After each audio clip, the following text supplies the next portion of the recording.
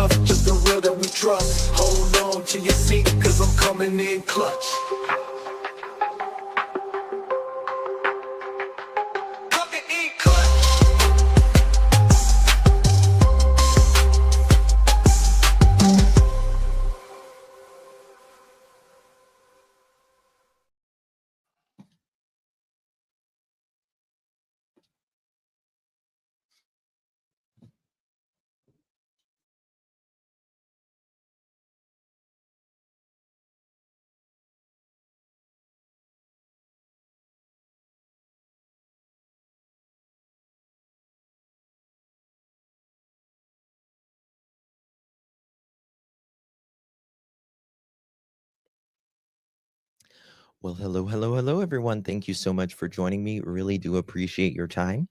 Could have chosen to be anywhere on YouTube. You have a lot of options anywhere on the internet, where in the world, having a little technical problems here, and you chose to be right here. And your time is very valuable, and I do appreciate you spending some time with me. Today is November 2nd, crazy, 2025. It is currently 8:13 p.m. on the East Coast of the United States. Thank you. One second.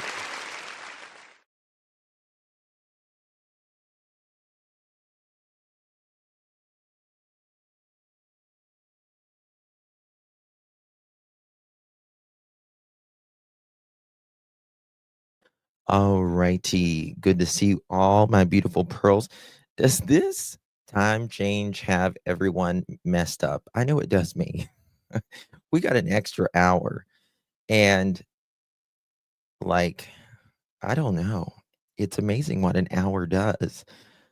Um, it's like, I don't know. Are you more tired? Are you more tired? And we got an extra hour.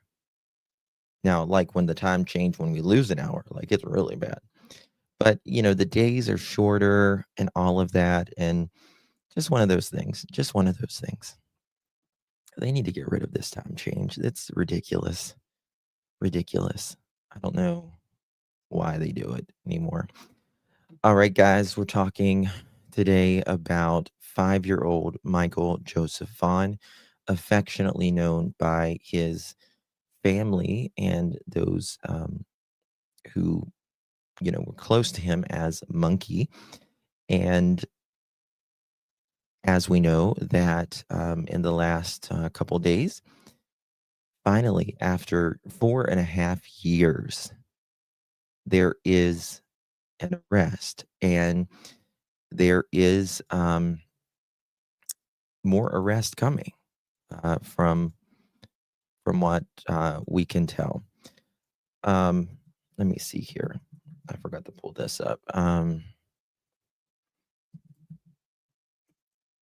Let's see here. I was going to pull up this press release. There's a press release that they did, and I want to read this to you before we get into the deep diving that we're going to do today. If you guys can do me a favor before we get started, if you wouldn't mind, please hit that thumbs up button. Would greatly appreciate that. And also share this live out would mean so much, truly.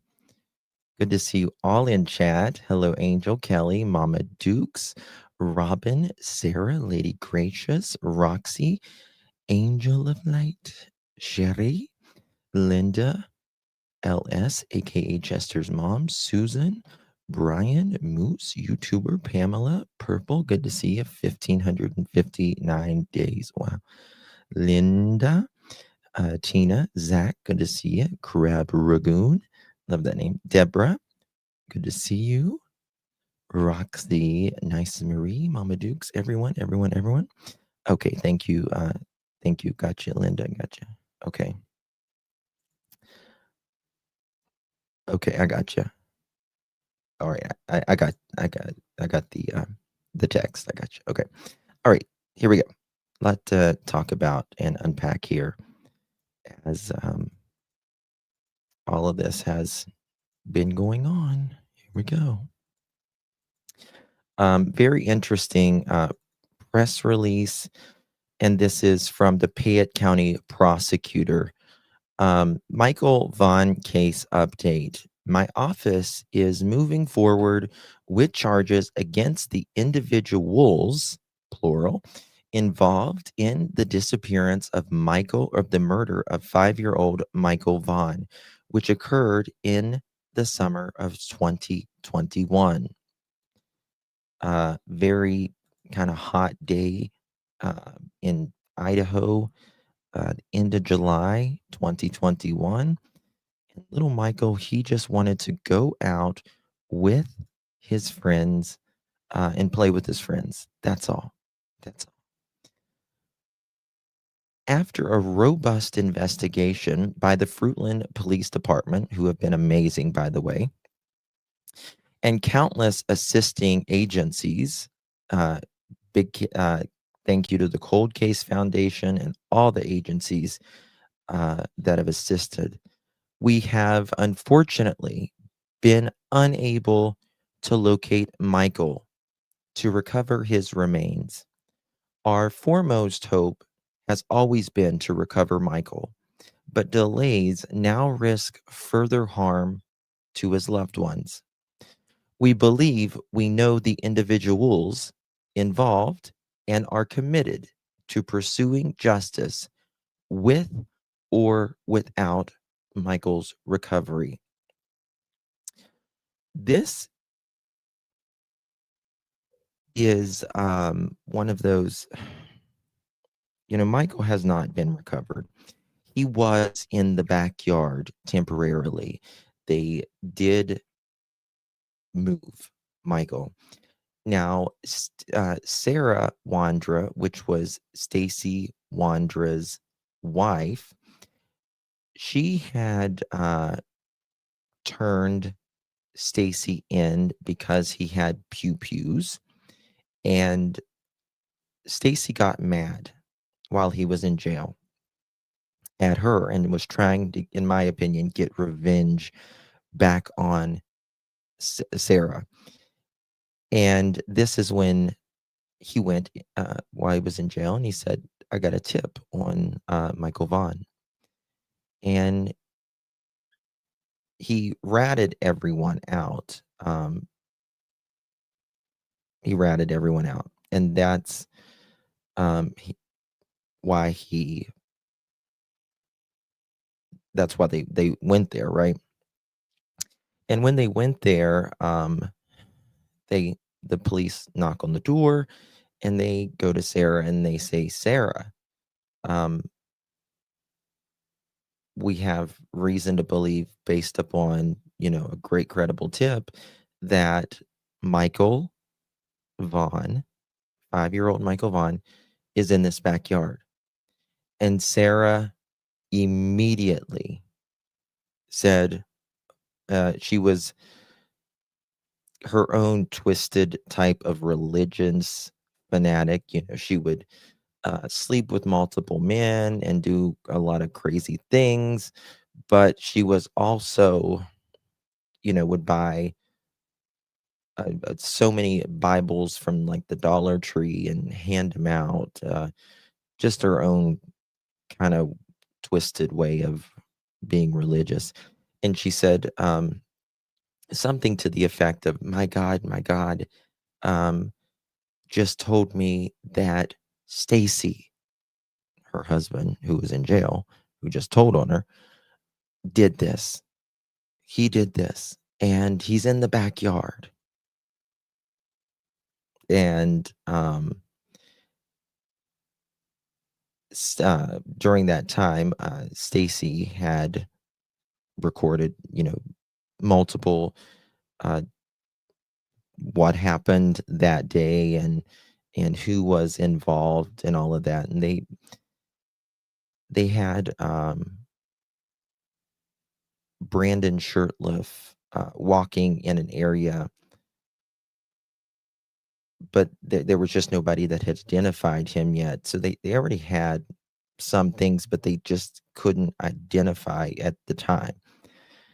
And that was the major first break. And they dug that backyard up, and they didn't find Michael. They didn't find Michael. And in my opinion, why they did not find Michael, I mean, they could tell you that he was buried back there at one point, based upon the soil and all of that. So when that happened, I believe Sarah and Brandon moved Michael,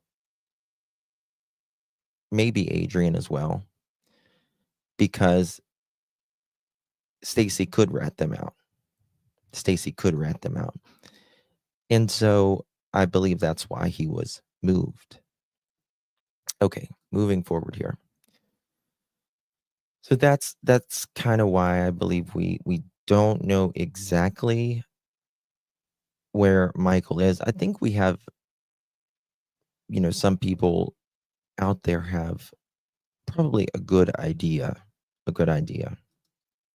The charges are only possible as a result of Fruitland's unyielding tenacity and perseverance. They have not ceased to work the case since the crime occurred, and they are continuing to search and investigate so they can bring Michael's body home. As Chief Huff has previously stated, it would be foolish to believe Fruitland PD would ever stop in the pursuit of recovering one of the most cherished members of our community, a child. I always use what Chief Huff said because I think it's one of the most brilliant quotes.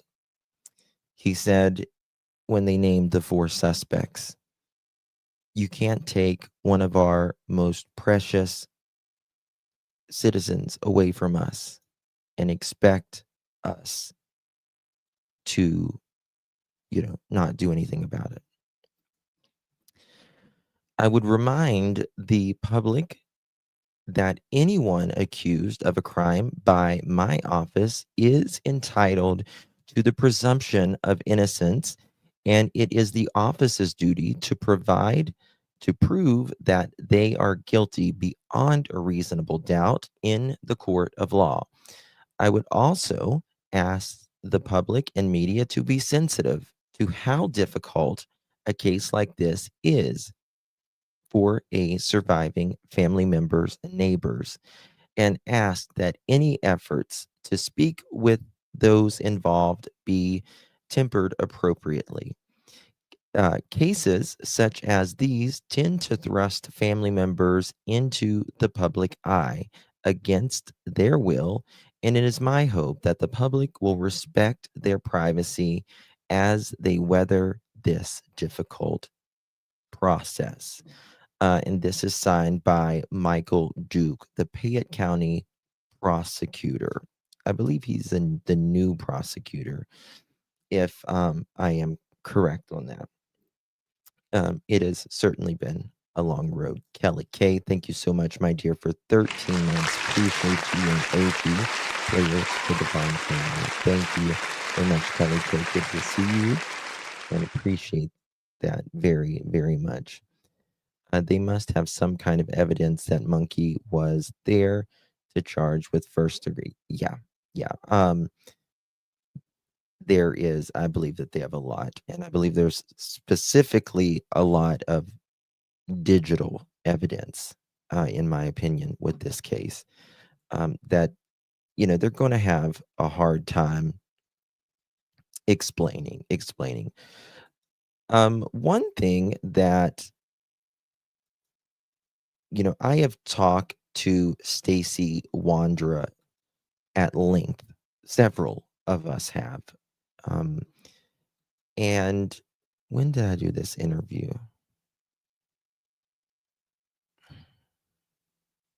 It says July 21st, 2024, but it seems like it was longer than that. It seems like it's been a hell of a lot longer than that. But Stacy came on my channel. He was kind of doing a lot then. And he said he wanted to clear his name. And we're going to just go over just a little bit of this. And because I want to just let you see, we had not had his video, this more or less his, I don't want to call it a confession, but it is where he is saying happened when he saw Michael being buried in the backyard, and who was, he said Sarah was doing it, and I believe Brandon. And it just goes to show you he was, in my opinion, and I just want to say this, that all four parties are technically in the court of law, right? Absolutely 100% innocent unless and until proven guilty. And everyone deserves a fair trial. However, I am not the court. This is the court of public opinion. And my opinion is he was lying through his teeth right here. 1 second.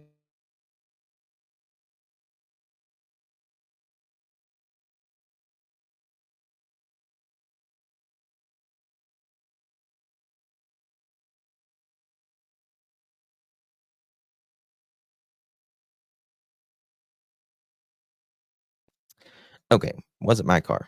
I heard a car alarm going off. I think someone hit the button. Okay. And there is just certain things that, look at him. He is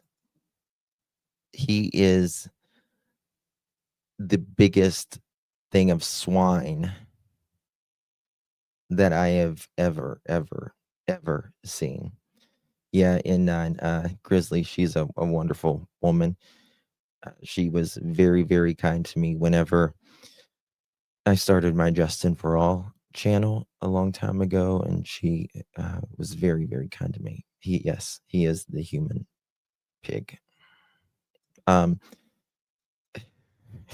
at my face. I'm just like, okay. I just want to show you a couple things here. Then we're going to kind of move on to Brandon, because Brandon has spoken within the last 7, 8 months. And I know Brandon his knees are knocking right now, as they should.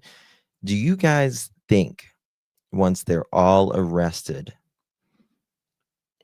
are they going to squeal on each other?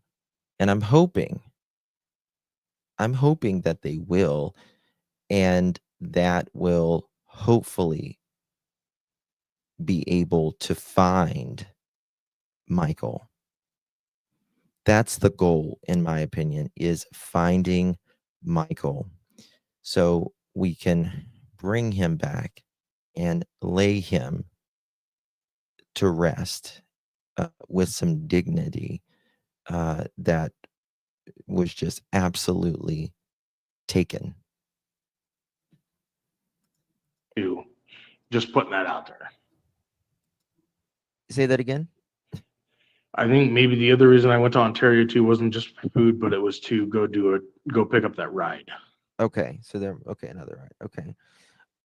Okay. You can see me. I got my pen here. I'm taking freaking notes.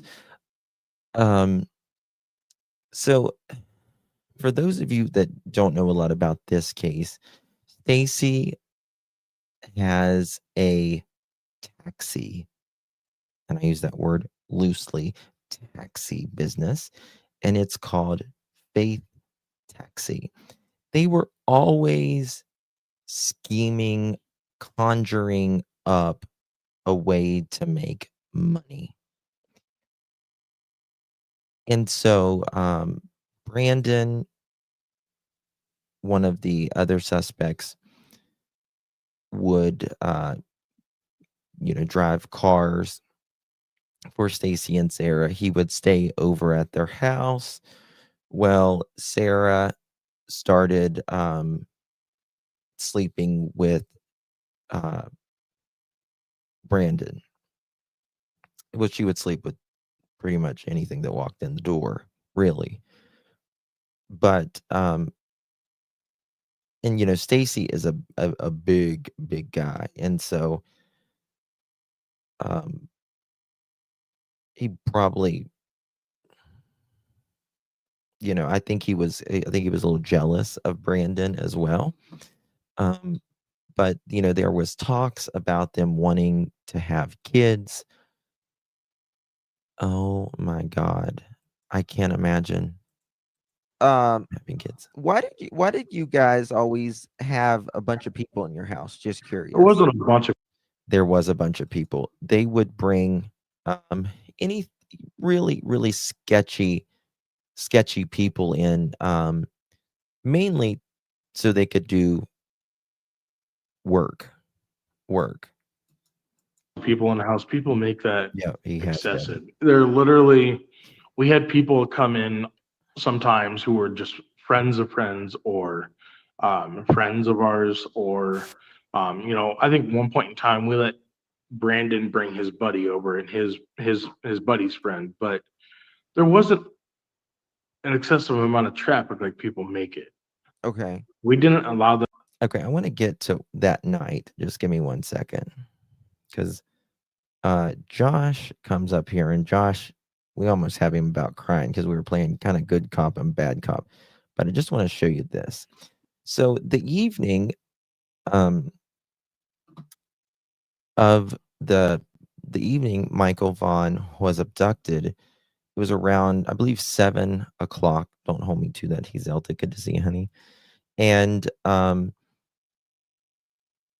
they say that they, Stacy, Sarah, and Brandon say that they were going to get Brandon's Mercedes at his mom's house. His mom told him, don't come in the house, don't go to the house, or anything like that. And they say that they're going to tow a car when really they had left. They had just abducted Michael in their neighborhood and went to Brandon's mother's house. She's out of town. They say that Brandon went in the house, and I believe Stacy says Sarah went in the house too, when they had all actually went in the house, in my opinion. But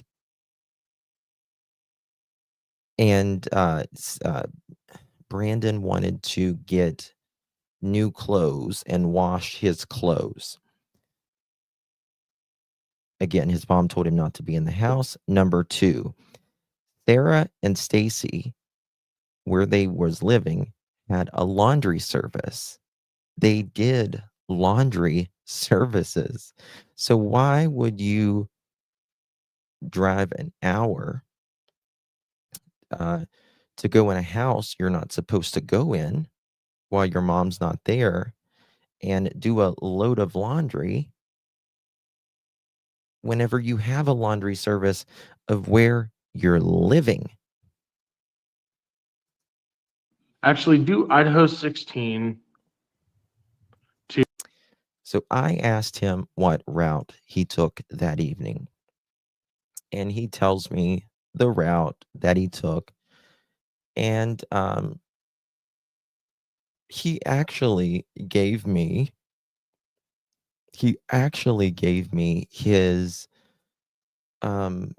where he was, his Google, where it tracks you if you want it to track you, and how many miles you drove, when you stopped, where you stopped, all of that.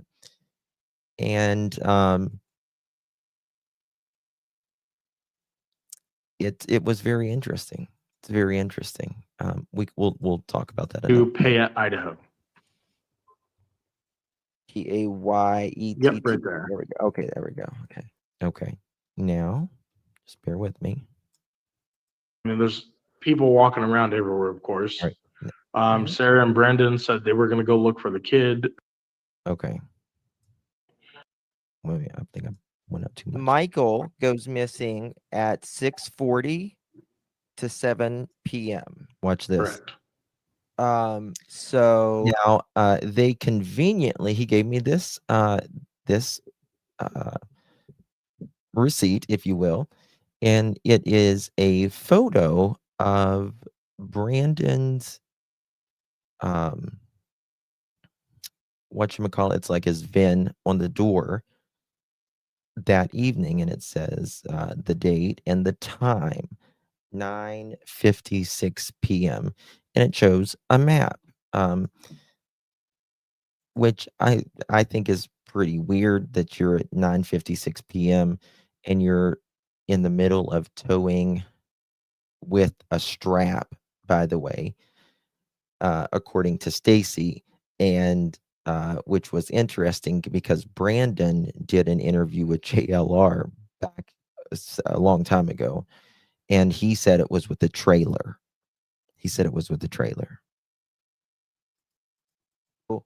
We are looking at we'll do 7 o'clock, 8, 9, 10.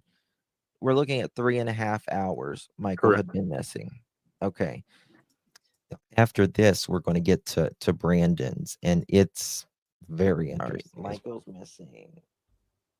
We're going to say 3.5 to 4 hours. Okay. All right. So you're pulling up to you're going to your house. Correct. Okay, go ahead. So pulling into the neighborhood, I told Sarah to stop to find out what was going on. They at that point, police officer said that a little boy had gone missing. We were like, really? And then like, what's his name? We asked what his name was. They said it was Michael Vaughan. And we're like, okay. So they pull in the neighborhood, and obviously Michael Vaughan is missing. And in my opinion, they had already kidnapped him, did what they did with him, and came back.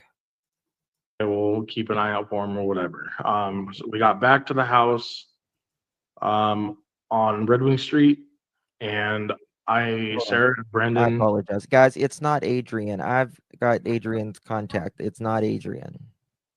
So if it is Adrian, he can come up. But I assure you, well, I was completely wrong right there, because it was Adrian in the chat. Not Adrian.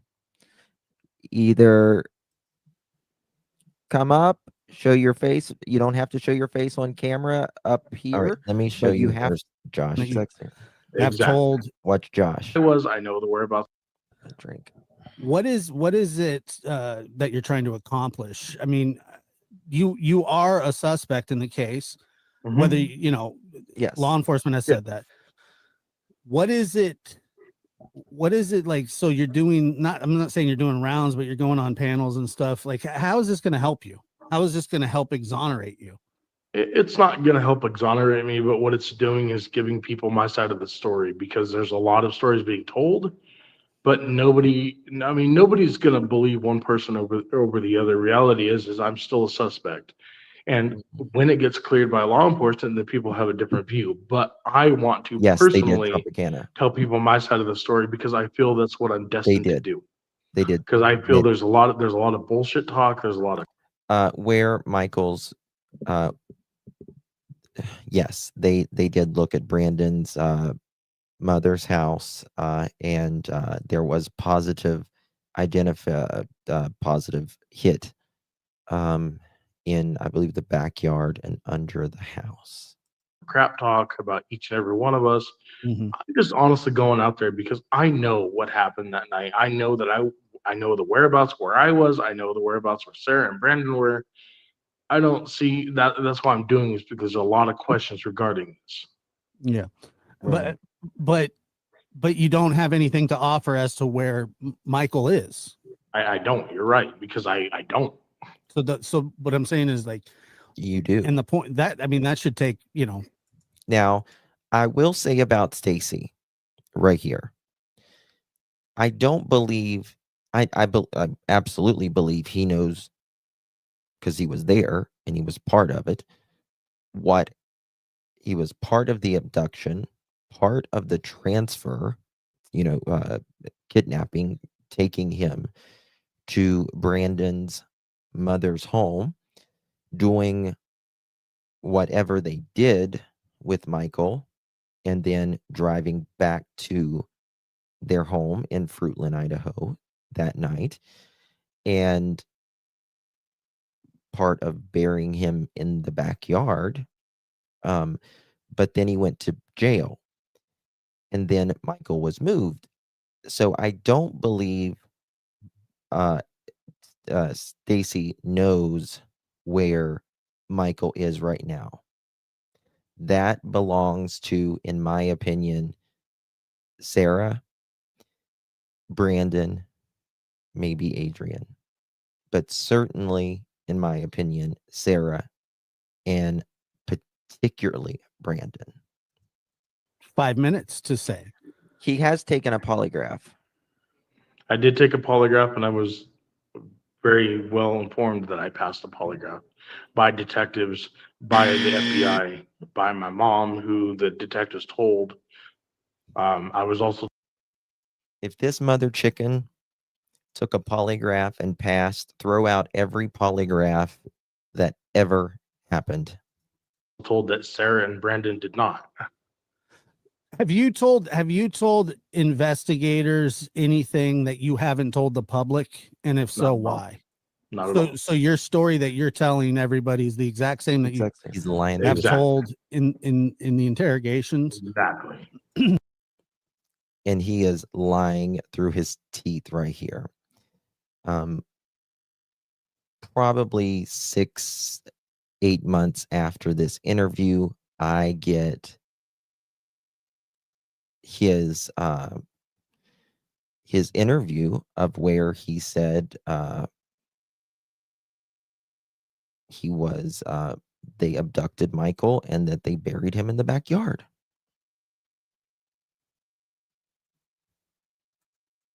And to stop an interrogation, what you did, you said that Michael was in the yard.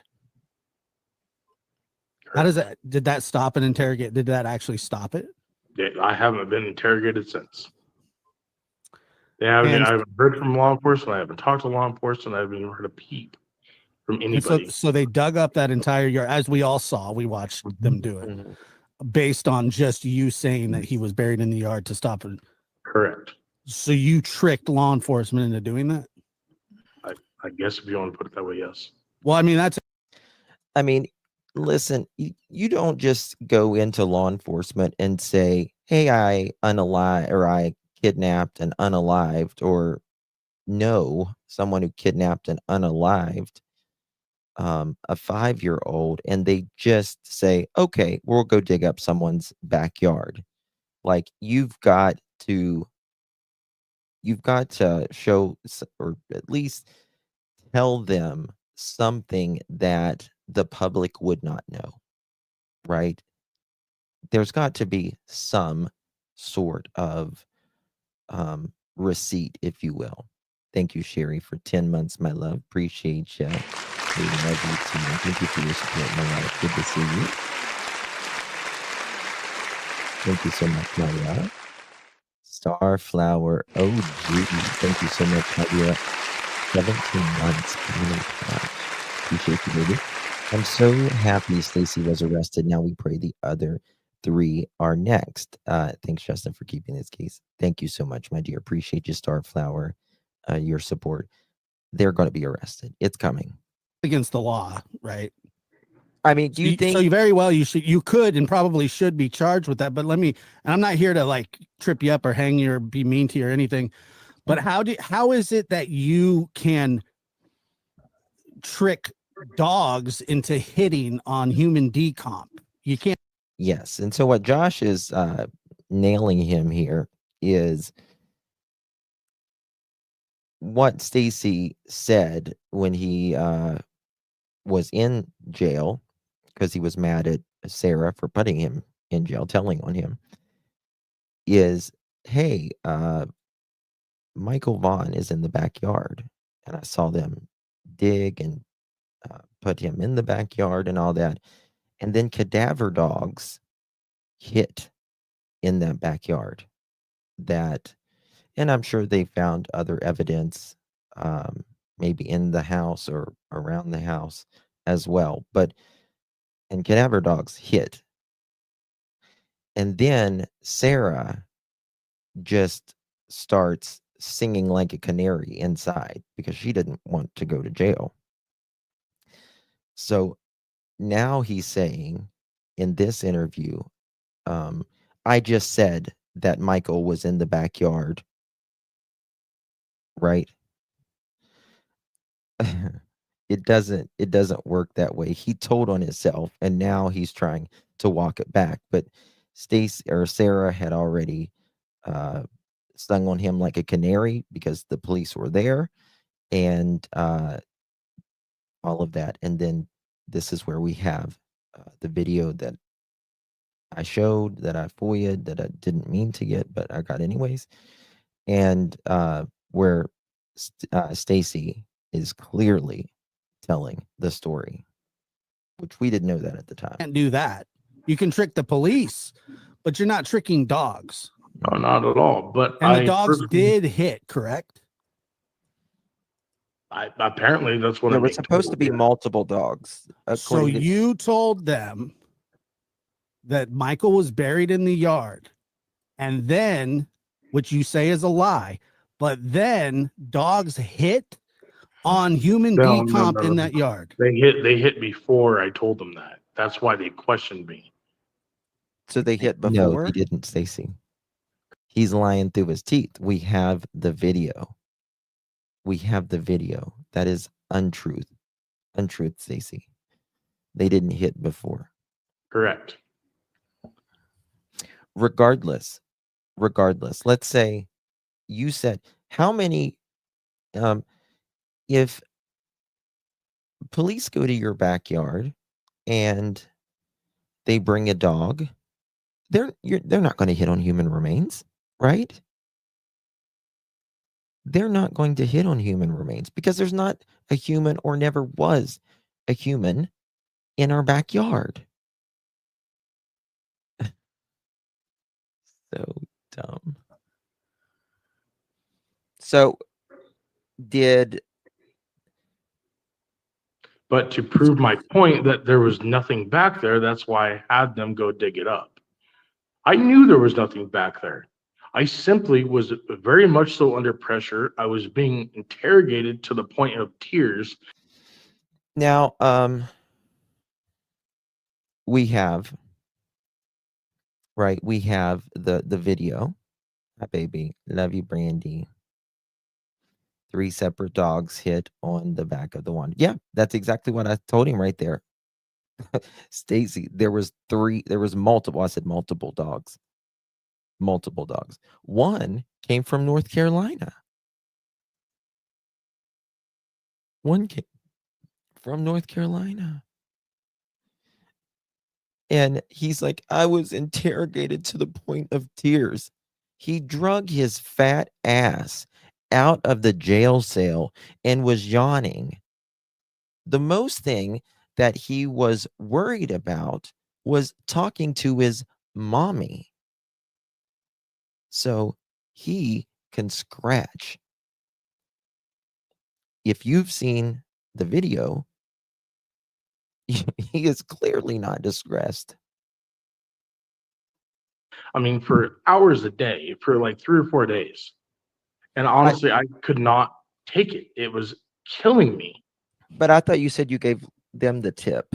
I did give them the tip after they interrogated me. If the dogs would have hit earlier, they No, you came to them because you, in my opinion, were pissed at Sarah because she put you in jail by telling on you. they would have just dug it up.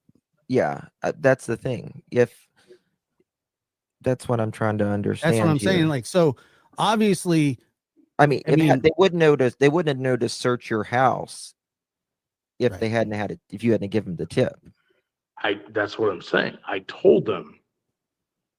You told them, and then the dogs hit. Correct? No, because the dog, if they hit on dog, hit before.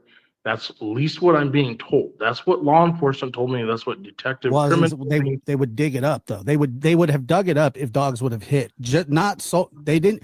They dug it up because you said Michael was buried in the yard. Correct.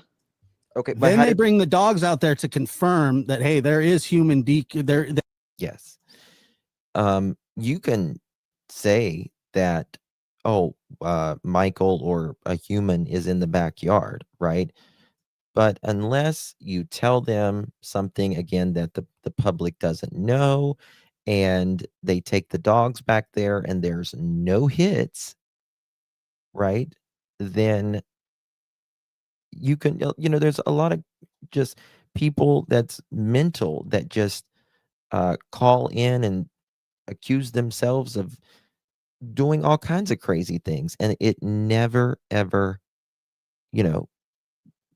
it's not I don't even know what to say, and it's just not true, right? It's got to be based upon they got to have a hit, a dog hit. Again, something that authorities would only know, and the people involved. There is, they're have- hitting out here. So then they dig it I up. see Andrea, baby. All I know is I told them that fable. That's what I told them. I don't know anything further than that. And you can I know see that how they that's said going to the be dog- hard for people to understand. I do, absolutely. Because I mean, that's a lot to tell. I mean, to get an interrogation to stop, all you would need to. Green Eyed PI, thank you so much. What about his 150-mile taxi trip? Was monkey in the trunk? Just a thought. Okay, when you say his 150-mile taxi trip, when they were always going somewhere, they also went. Are you talking about the trip to Oregon? When he went to Oregon? To that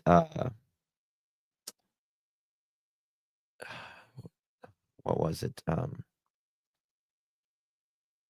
That park? Is that what you mean? Yeah. Yeah, I've got his travel list.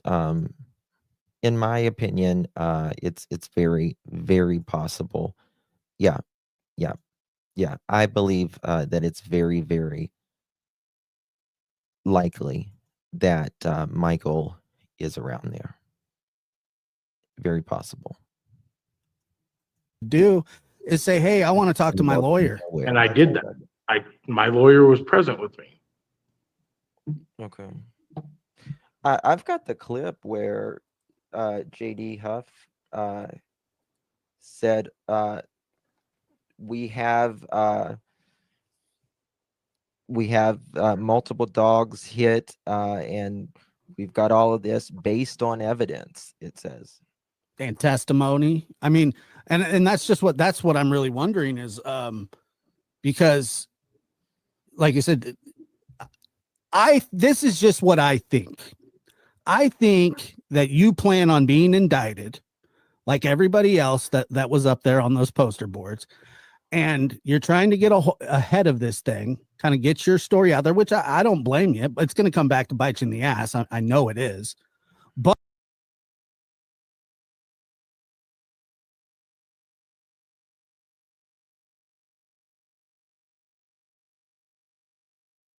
sorry, I was muted. Josh said this the other day. We were talking when we were live, and he said, I told him this was going to come back to bite him in the ass. And thankfully, I do believe that this is going to come back to bite him in the ass. And he did a lot of interviews. And I'm going to show you an interview here shortly that he did after this as well. Thank you so much, Sarah, for gifting the Pearl necklace. Appreciate you, my dear. Good to see you. Thank you so much. You received that Pearl necklace. Make sure you thank our gal, Sarah. Appreciate you, my dear. Good to see you. And Carol coming in clutch. 15 months. How's your girl? Thank you so much, my Carol. Appreciate you, my dear. OG. Appreciate you. But what you're going to do is so since there's 4 different people involved, what's going to end up happening is you guys are all going to start throwing each other under the bus. You're kind of Brandon was. And listen, beep, beep, mother chickens, beep, beep, throw each other under the bus. I want to see cat fur slinging is what I want to see. I want to see bus lights. I want to hear the backup beep, beep, beep, and running over each other again, throwing each other under the bus. I am here for it. The first one.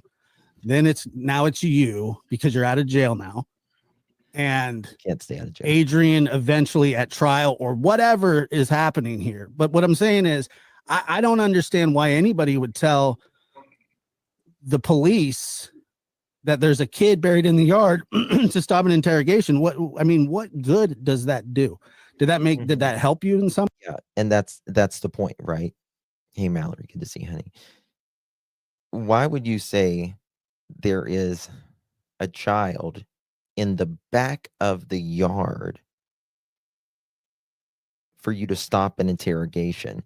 You know how you say you want to stop an interrogation? Say, I want to stop this interrogation. I'm not speaking anymore. Or talk to my attorney. And he actually says, just maybe 3 minutes back, my attorney was there. My attorney was there. Do you think the attorney is going to just, let him just be like, oh, this stress and everything? It's bullshit. It's bullshit. Way? He got mad at a lot of us creators after after all of these interviews and all of this, he tried to sue Samantha that was here, PNW Crimes Revisited, Josh, myself, several others while he was in jail just recently. And he wanted his fees waived and all of that. And I was here for it. I was like, God, Stacy, I have never wanted to be sued so bad in my life. God, sue me, please. Please. I can't wait. Can't wait. Because to get you to sit down and do an interview and you having to tell the truth, let's do a deposition, Stacy. Let's go. The probable cause Because why you wouldn't tell him that unless he put Justin. That's who he said. Justin with Justin for all, and he said the lab. Josh. That was the and he put Samantha PNW Crimes Revisit. Like that was the document. he was actually buried in that yard. He also recently tried to sue the county, saying that he was the victim of, people saying that he was, a suspect when the suspect, the county named him and 4 or 3 others a suspect years ago. It did take a while to prosecute. Yeah, obviously. But and he tried to sue them for $1 million, I think it was. Was it 1 million or a ridiculous amount? I can't remember. We read the lawsuit that he was alleging. He wasn't. He wasn't when they went back, but he was at one point, according to the dogs. But the and problem, to you. the problem is how is he not? I mean, right here. How is he not found? I mean, he obviously was in that yard at some point. Investigators and dogs and everyone picked it up. Was it 80 million? Maybe you didn't have nothing to do with it, but somebody at that house did. You know what I mean? That's the thing. And who was it? And that's what I'm saying. That's why I'm telling my side, because I know for a fact, and per the posters and the pictures and everything that I posted that I sent to Justin, like I had nothing to do with this boy's disappearance. I had no knowledge of him being buried. If he was buried, that's news to me. And what's weird about it is if he was buried, that was news to me. You did, I think, 4 interviews, so many interviews with law enforcement. And you said you seen him being buried with your own eyes. Neighborhood, they have cameras that like from Sky Camera, whatever it is, that you can see into the backyard. There was no dig holes. My dog Oakley, it was a digger, but she dug right when you walked out the front patio.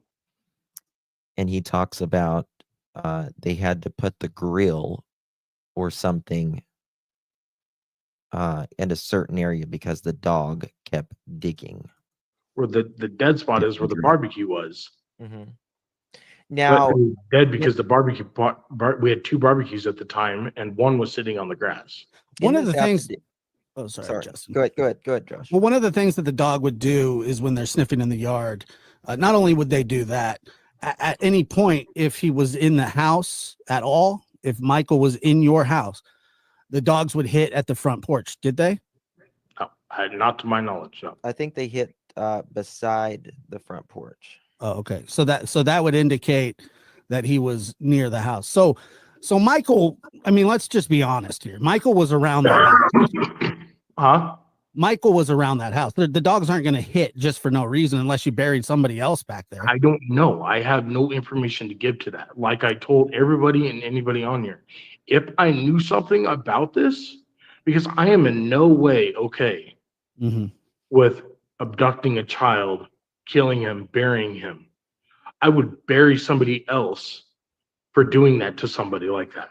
Now, Right. the probable I cause would be- affidavit, it says that you spoke to them while you were not in custody about this. I gave them permission Okay, maybe that's what to that search the house when Sarah got arrested. Mhm. I didn't get arrested. She got arrested April 13th of 2022. I got arrested May 6th of 2022. Okay. All right. Do you expect to be indicted for this? I was going to ask. Listen to this. I mean, If I am- obviously you have an idea that you're probably, or else you wouldn't be doing this. I mean, let's just, I've seen Doing this this to before. clear to tell my side of the story. And if I'm indicted, they've got a long road ahead of them with going to trial. Well, I mean, not really. If you told him that he was in the yard, Sorry. If I'm indicted, they got a long hill. He's convinced, right? He's convinced. Arrogant. Hardly, Stacy. They have you on video. I mean, you're going to be charged with lying to investigators if that's what you did, and that's a serious crime too. He knew he was being recorded. He signed papers at will under the penalty of perjury.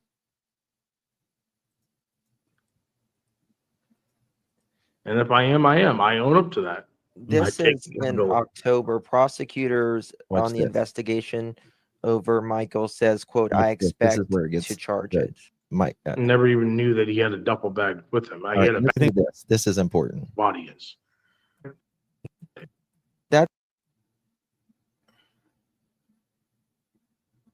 Maybe. Michael was abducted and is deceased, and Based on evidence. that his remains were buried and later moved from the property. As of today, the whereabouts of his remains are unknown. However, the investigation is active, fluid, and ongoing. You know, I mean, that's Sarah the- wanted a baby, right? she wanted a baby. Did she yes. take Michael? I have no idea. I mean, she's your wife. You would have Yeah, some Sarah idea was if the also boy was. very deceitful and hid everything from me. She had a fucking gun she held Tanner Butler up at gunpoint with. Mhm. I had no idea or any knowledge about the gun that she had. Because Randy Strickland, who was staying with us, asked her to not tell me about it because I was a felon. Mhm. Stacy, you have went to prison twice for having pew-pews as a felon. Is that And what he you got in tortured her trouble more for? than me. Huh? No, Is that I got what you for having my own gun. Right. Well, What's you know, the Were main you thing offered that- a deal, like a cooperation deal? They offered this before they dug the yard, and they said that they would give me a 15 plus 7, but in the condition that I would tell them where the body is. And I said, I don't know where the body is. And I do believe him with that part. He does not know. I don't believe he knows where the body where Michael's body remains are. But I do believe others do. Now, there is this bag that that Brandon had, that he said he wore his he took his clothes in when they were leaving Stacy and Sarah's house. And that bag is very important because, in my opinion, that bag was used in the kidnapping of Michael in some way or another. We're about to get to it. Currently, or you did in the past? I have never known where the body is. You did when it was in the Somebody in the backyard. chat just said that Adrian was left with a duffel bag. You know anything about that? He No. sure did. Never even knew that he had a duffel bag with him. He had a backpack. He's lying through the crack of his ass. So you unequivocally, absolutely never at any point in your life have seen Michael Vaughan. Never. I don't even know who this kid was. And that's deep down honest to God with everything in my heart. Deep down to God with everything in his heart. I have no idea. I've never seen this kid.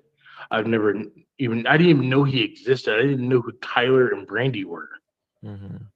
Like, honestly, I've never seen that kid in my day in my life.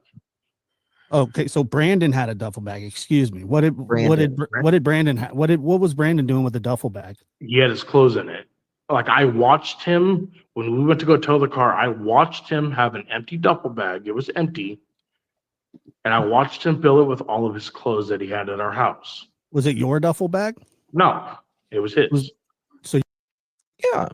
You know, so he could wash clothes at his mother's house that says, "Don't come in my house," and drive an hour to wash clothes in his mother's house that says, "Don't come in my house," whenever you live in a house that has a laundry service. Got it. Makes perfect sense. Perfect sense. You're not missing a duffel bag. Not at all. Okay. What about underneath the house? There The was crawl a crawl space. space, but that crawl space literally it was in the walk-in closet from our bathroom. Right. That literally had an empty Savage Arms old box from an old 17 that I had. Okay. Did a dog hit at Brandon's house? Listen. I don't know. Yes, a dog hit at Brandon's house, the same house that you guys wasn't supposed to be at, or supposed to go in, because Michael's remains were there, or he may have been alive overnight, but you guys took him there. don't know. I can't confirm that because I've been told things through lives, like doing YouTube lives, but I've never heard anything from the police. No. Yeah. And if you guys have any further questions, like Eve that does the same thing you guys do, has literally covered this whole case extensively, like thoroughly.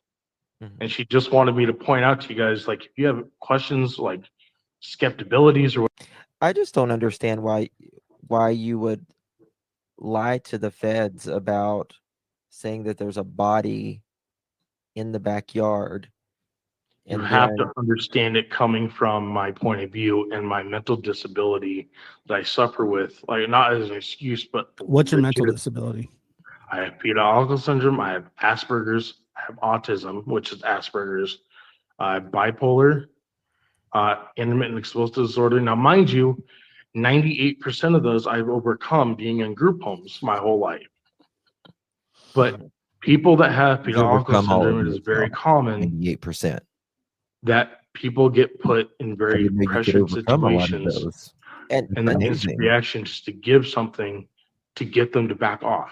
And you're right. And you're right. But the problem is That's what he is. what you told them is He's what an Asperger. they have evidence that there was someone in the backyard. Okay, but they did not specify where the dogs hit. They said they hit in the backyard. I told them where They hit exactly where you laid the bag.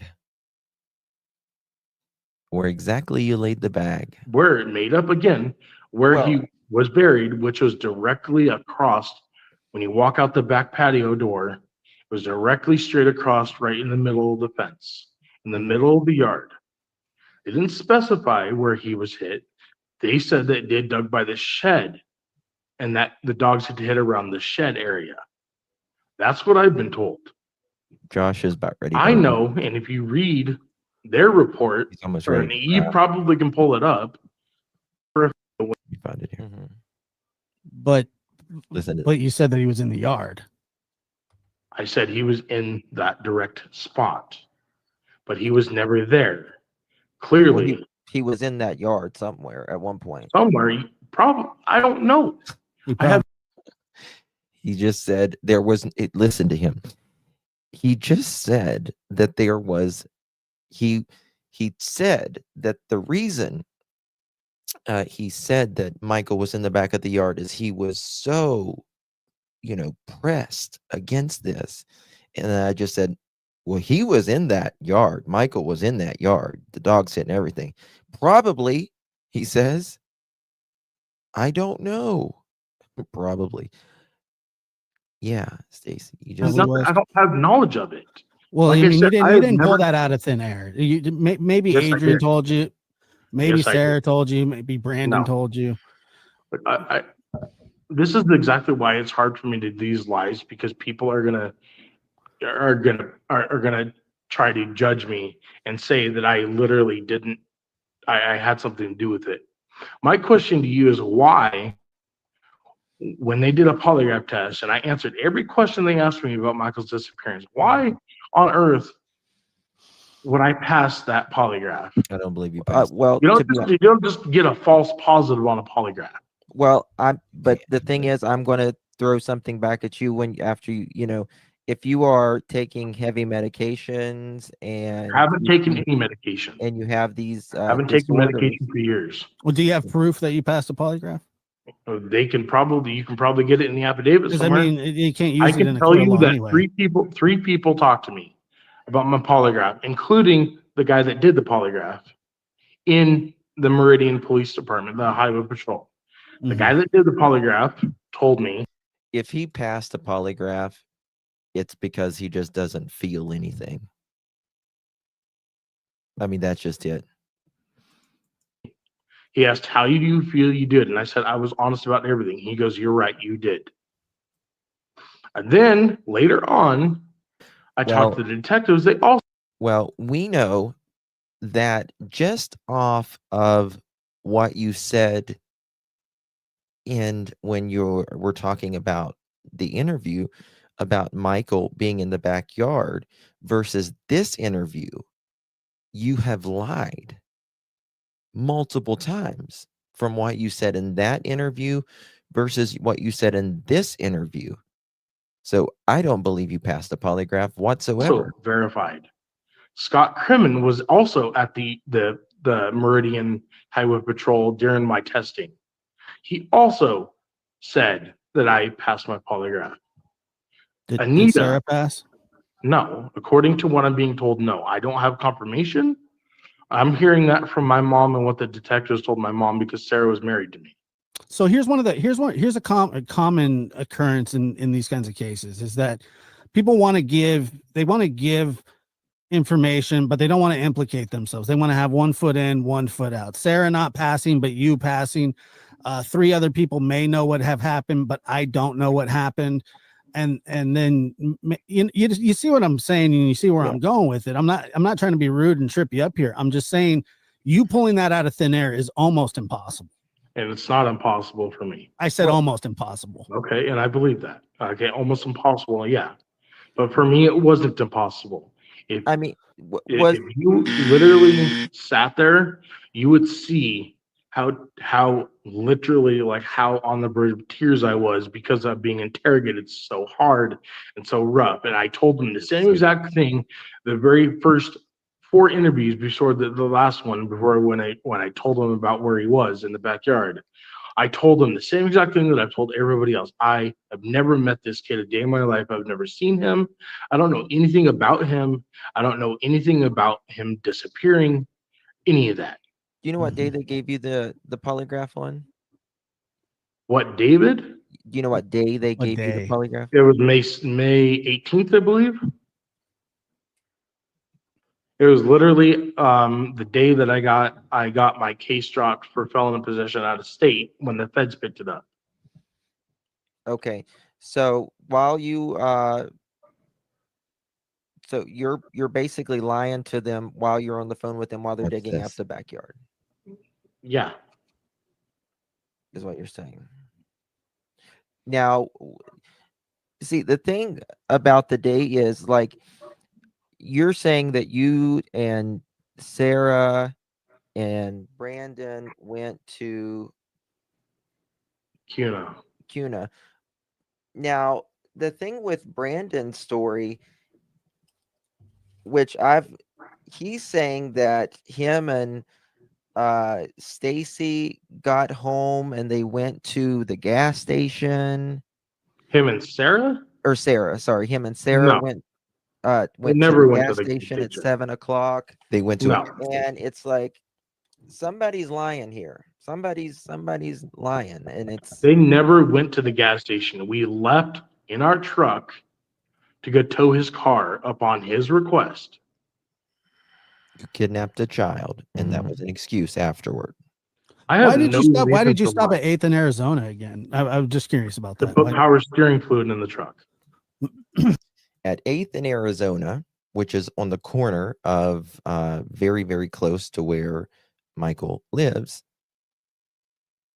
where he was also trying to find neighbors and his friends, that is where the area where they pulled over. And it what time wasn't was that? directly on Arizona Street. It was probably about 50, 60, maybe 70 feet, 80, maybe 100 feet behind Arizona, like before Arizona Street. Literally right after you turn left, Okay, watch this. That's the thing. We're gonna get on to the next one. and it literally Let's see what- You on CCTV? correct. Watch this. Oh, I didn't. It's the first time you're telling that. to me. CCTV. That was also recorded. They showed that to me. Hold on. They have that picture.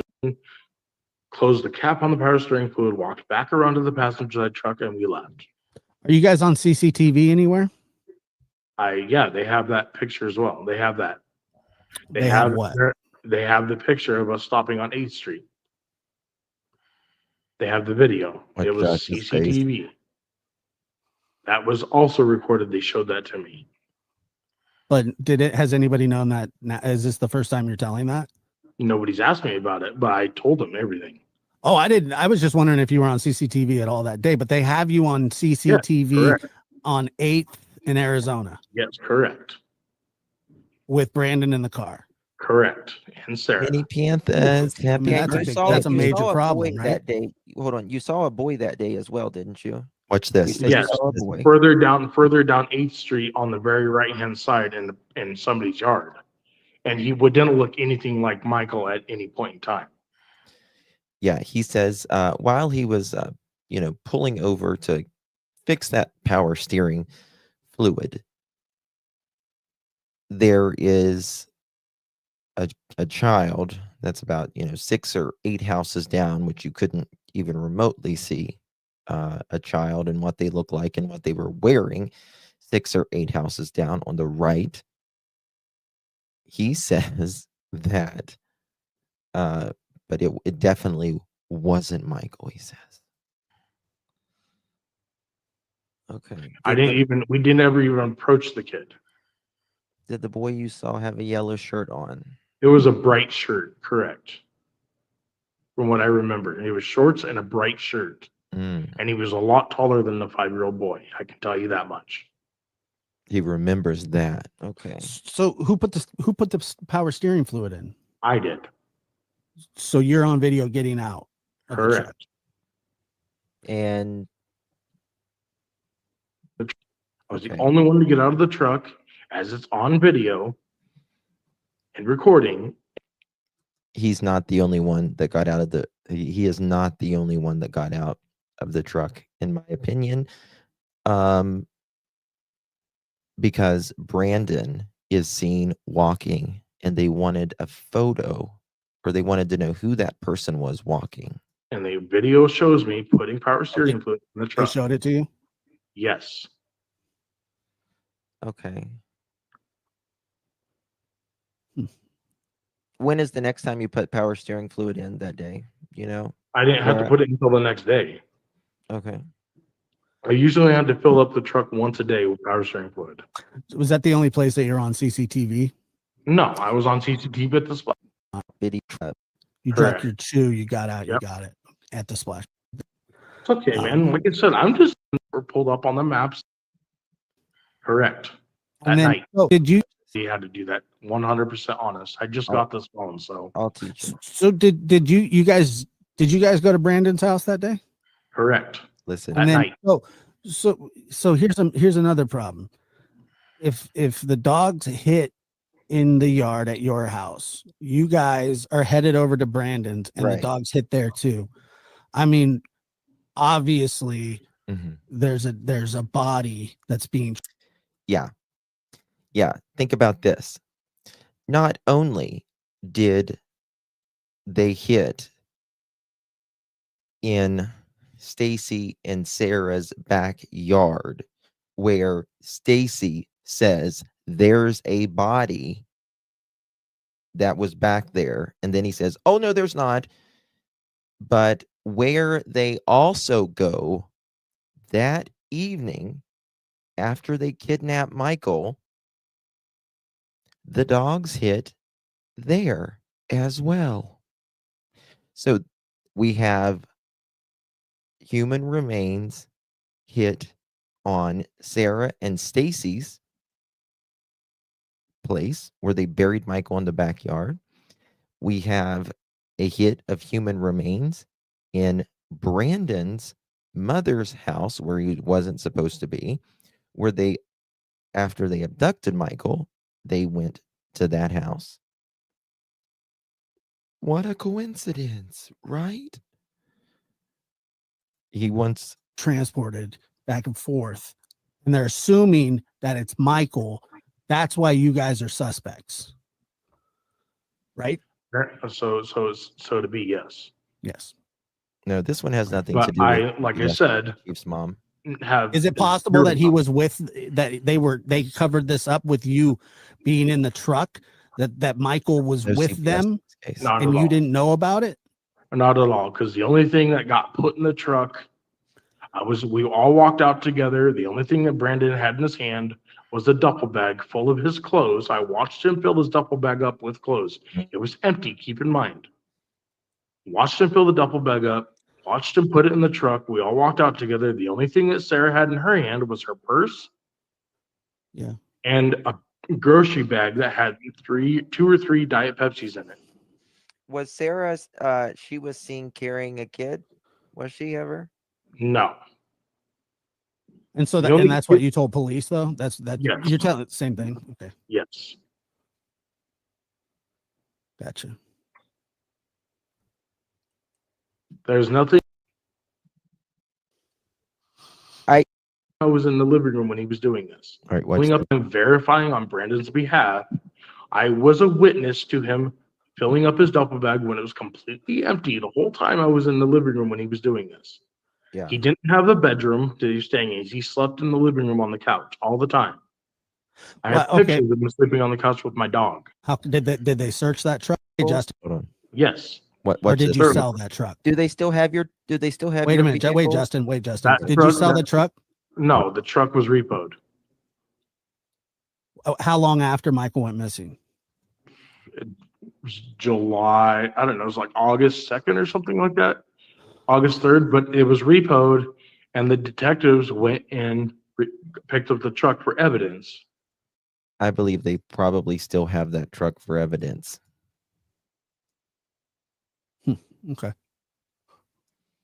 How did it make Stacy Yes, feel it's him. to find out It's his him. lie That's was all I can say. proven true when law enforcement started Happy excavating? birthday.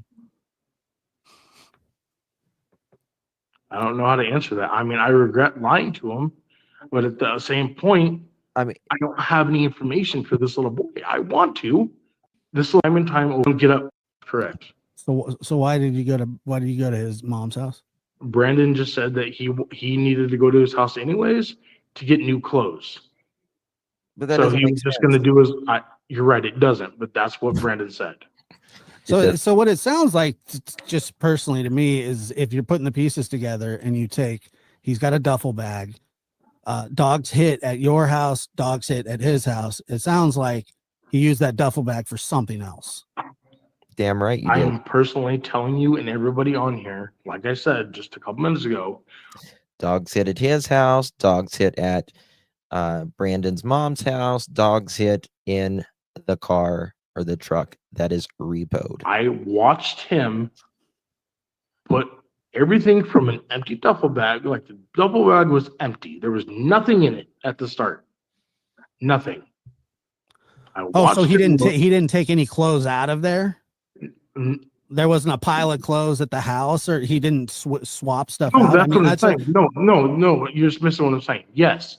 When okay. he first came staying with us, he emptied the duffel bag. That's what I'm saying. Okay. When he loaded the duffel bag, it was again empty. There was nothing. Where would he in it put his Where did he put absolutely. his clothes? You have a dresser On at the your side house? of the couch. On the side of the couch. Instead of leaving them in the bag. Correct. Yeah. I mean, he must have been in jail way too long. He's done a few jail times. Correct. So he took clothes from your house that you had a perfectly good washer and dryer from Listen, and drove it 30 minutes away to use his mom's washer. Correct. Why? I don't know. But I- we okay. also were at a point with Brandon where we just like want to argue with him. Brandon was unreasonable a lot with us. Yeah. He owed us so much fucking money. I mean, for everything we've helped him pay his phone bill multiple times, helped him with his car insurance when he had his car up and running. And did law enforcement, do they have this bag? I don't know. I, again, have not talked to the detective since November of 2022. Has anybody threatened you? That's a part of this? I mean, I received multiple things on Messenger, but I don't even respond to them. Well, I'm I talking didn't- about from like Adrian or Brandon. Oh no, I Or don't. I Sarah. haven't talked to Adrian. I haven't heard from Brandon. I haven't heard. Sarah called me a couple times, trying to get me to stay with her, and I'm like, no, I'm not. Do you suspect her? I don't. I have never seen. I would never think that Sarah would have something to do or do something like that. No. Well, that's a lot of people though. That Yeah, I mean, but it's his wife. I mean, I get that. I get no, you don't want that, but so. Trust me. does I she wear have the no. pants? I have no reason to throw Sarah. I have no reason not to throw Sarah under the bus. I would throw her. Well, under the yeah, bus you for kind of her- do.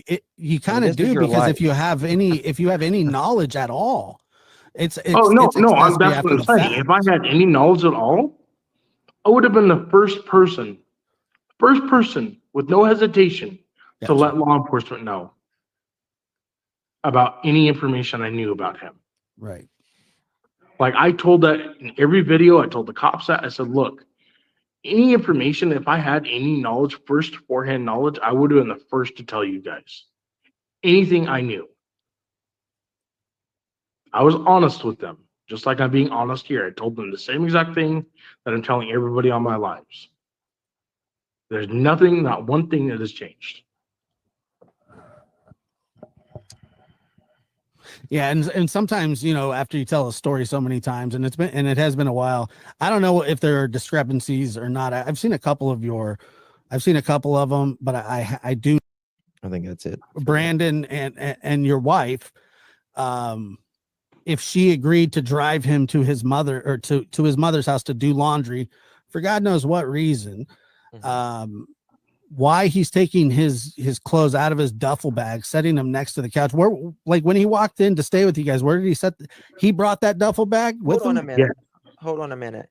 he said in his interview, he said that he was just spending the night with you.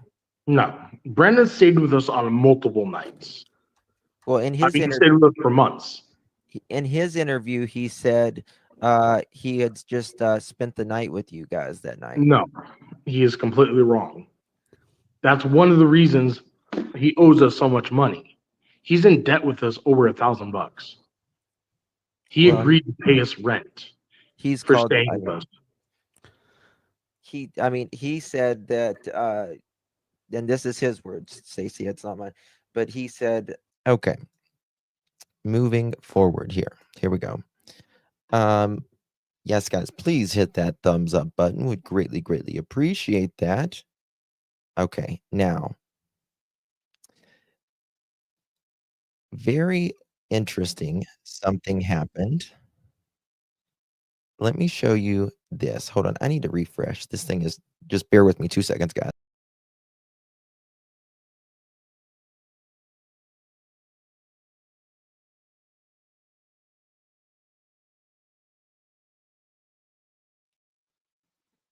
Okay, now I want to show you what he did after all of this. After this. Okay, why is it fucking not working? Hold on, I'm trying to fix something, guys. Check this out. After this, he did. Told us. Watch this. On July 27th, 2021. In November of 2022, we were there as crews searched and excavated the property where those 4 suspects lived, just 2-minute drive from the Vaughan's home. Police said they had credible information from someone living in the Wanderers house that Michael's body was there. Human remains, dogs alerted, but ultimately Michael wasn't found. Police believe Michael was buried in the yard and then moved. Fruitland police sent probable cause to the Payette County prosecutor last summer to be presented to a grand jury. Police Chief J.D. Huff says a grand jury hasn't convened yet, but they will soon. Although that case centers around the Wanderers and their roommates, Stacey tells us he knows nothing about Michael's abduction. So he does an interview with the local media around after my interview.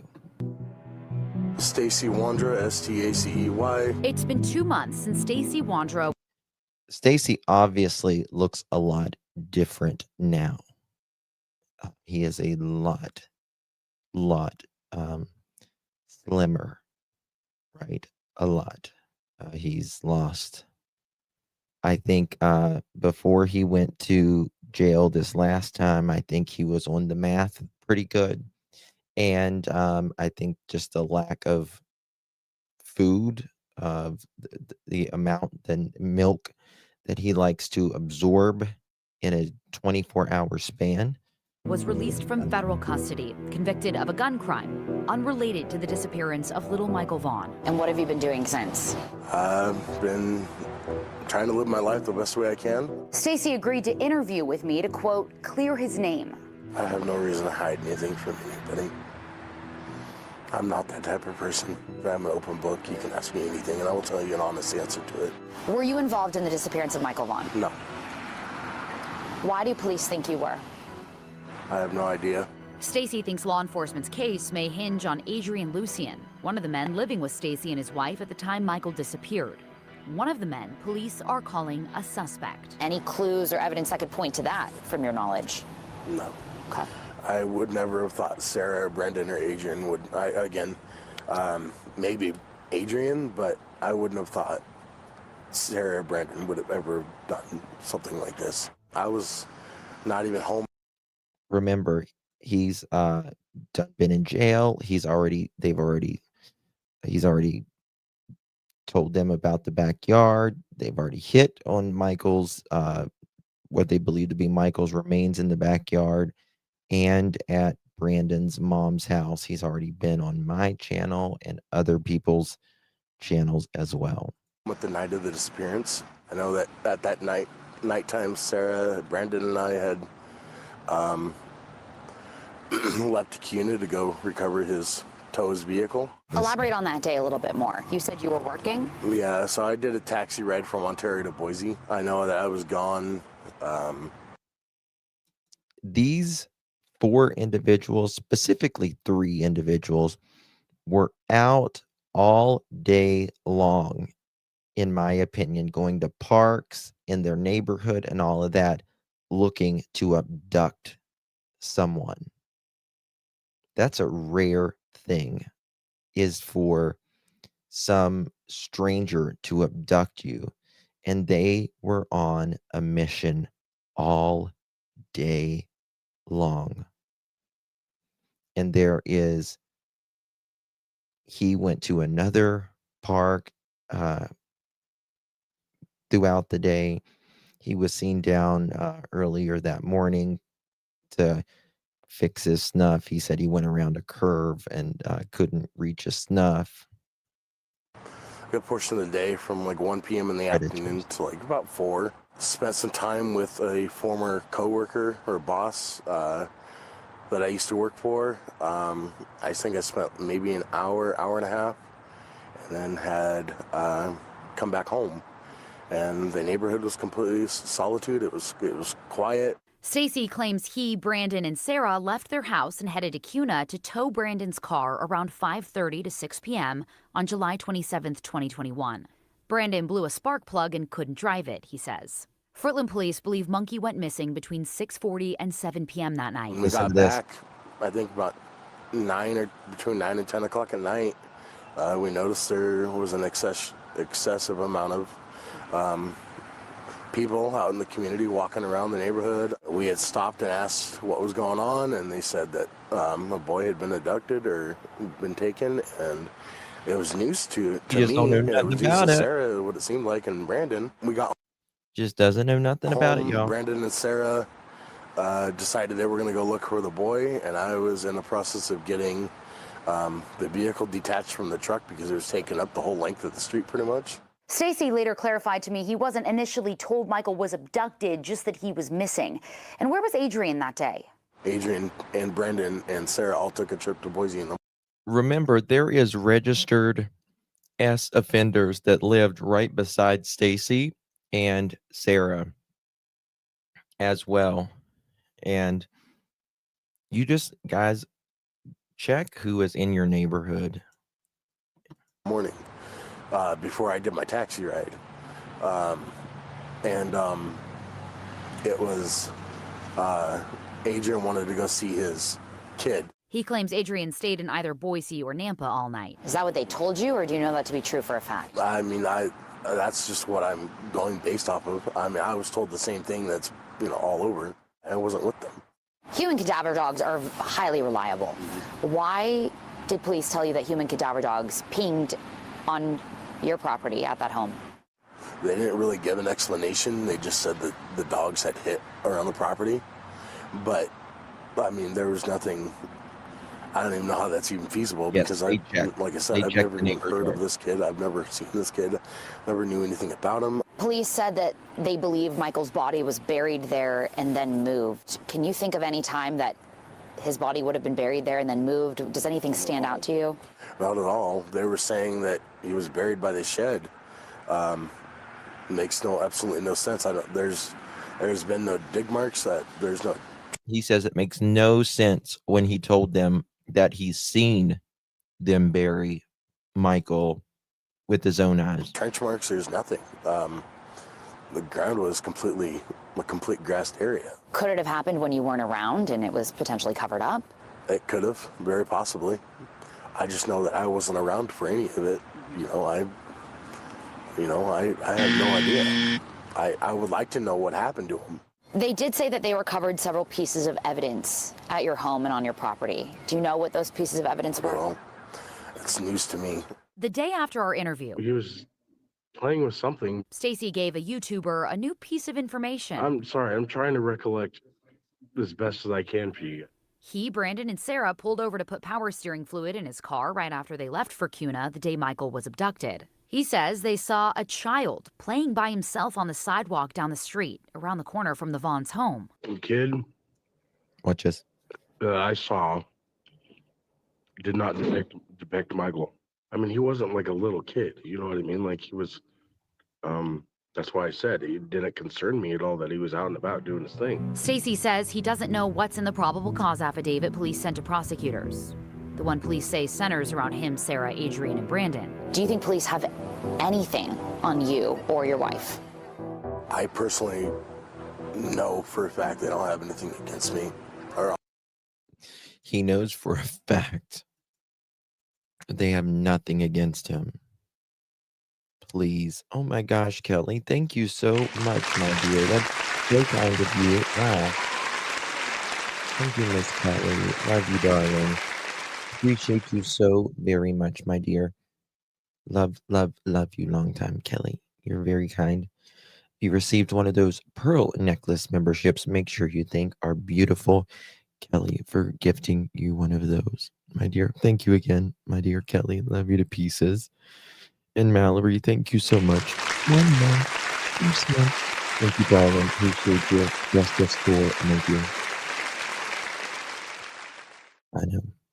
It's coming. It's finally coming after 4.5 years. They had Monkey. Oh yeah. This is a really deep case, guys.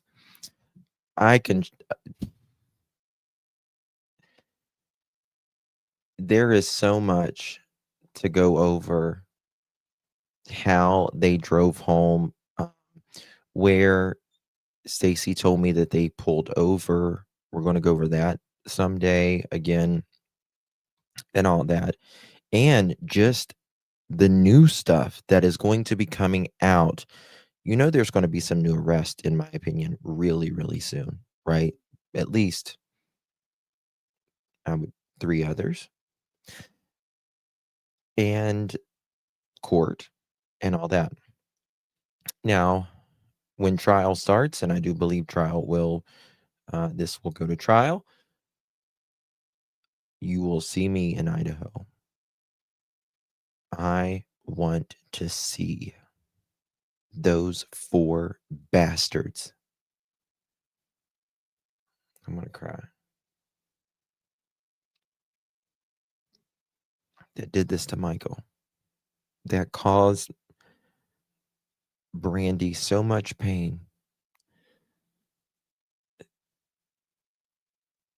Brandy, Tyler, the Vaughan family, that have caused so much pain. I can't wait to look them in the eye. You'll see me there. If I have to camp out a week and grow a beard, I'll be out there. On me, I have no knowledge. Again, I wasn't even home. I have no knowledge of who this little boy is, his whereabouts, or anything about him. In his interview with the YouTuber, Stacy said his attorney told him he's no longer a person of interest in Michael's abduction. Chief Huff tells me that's not true. When I called Stacy's attorney to get a straight answer, his attorney told me, quote, "I have no comment at this time," and hung up. I also reached out to Michael's mom, Brandy Neal, to let her know about this interview airing. She was appreciative and said the most important thing in the world is to get Michael home.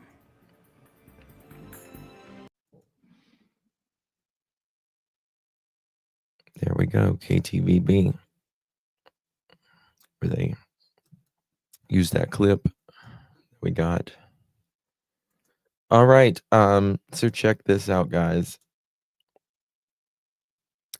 Missing P&W crimes revisited. And again, like I said, if you have not subscribed to Missing P&W Crimes Revisited, the P&W means Pacific Northwest. She kind of does regional, from like Oregon and Washington and all that, and Idaho. And she's done a lot of Samantha, and I consider her a really good friend. And I want to show you something here. Brandon Shirtliff did an interview with her. I was amazed, to be quite honest with you, amazed that he did this, because Brandon is very, if you're with me on Jack and Lily Sullivan's case, Brandon and Daniel remind me a lot of one another. They watch everything that we do, right? And Brandon's he's a weird one, a real weird one. Guys, please drop missing PNW's link if you don't mind, please. And he's a puss as well. He's a puss. Just a straight up puss.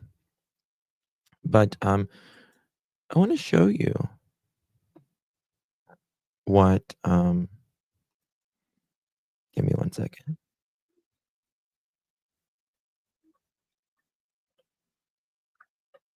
What he did here.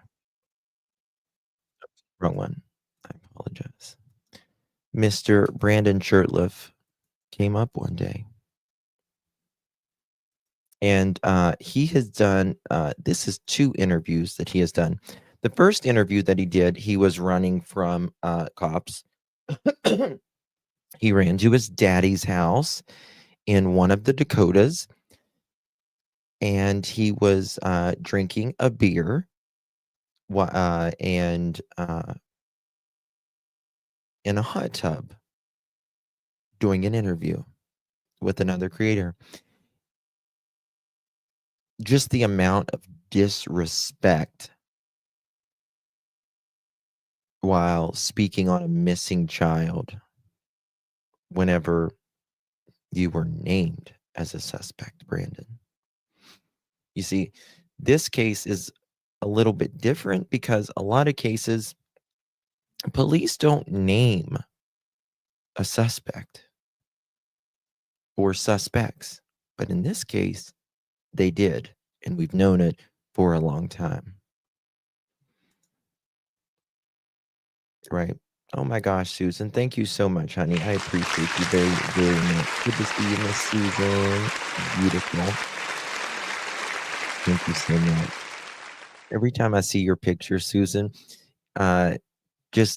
which you were way more gorgeous than Terry Clark, but the country singer Terry Clark, every time I see your hat and stuff, just when it's little, I think of Terry Clark. Do you know who I'm talking about? The singer, country singer.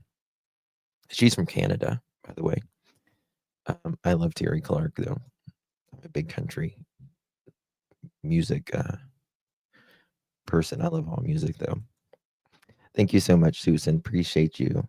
Appreciate you very much, my dear. If you received one of those pearl necklaces, make sure you thank our beautiful, beautiful Susan for that. Thank you so much. I remember having to go to a lunch appointment earlier that day, and we actually ended up going to a place called Applebee's in Nampa. So that was correct. All right. So this is Brandon speaking. And to be honest with you, I think Brandon is not, I think Sarah is the mastermind in this. This is just my opinion. I think Sarah is the mastermind. Brandon is the one that did the physical stuff. I think Sarah helped a little bit with the physical stuff, but I think he's the one that, in my opinion, unalived Michael, like physically unalived him. I think he is the one that moved him as well.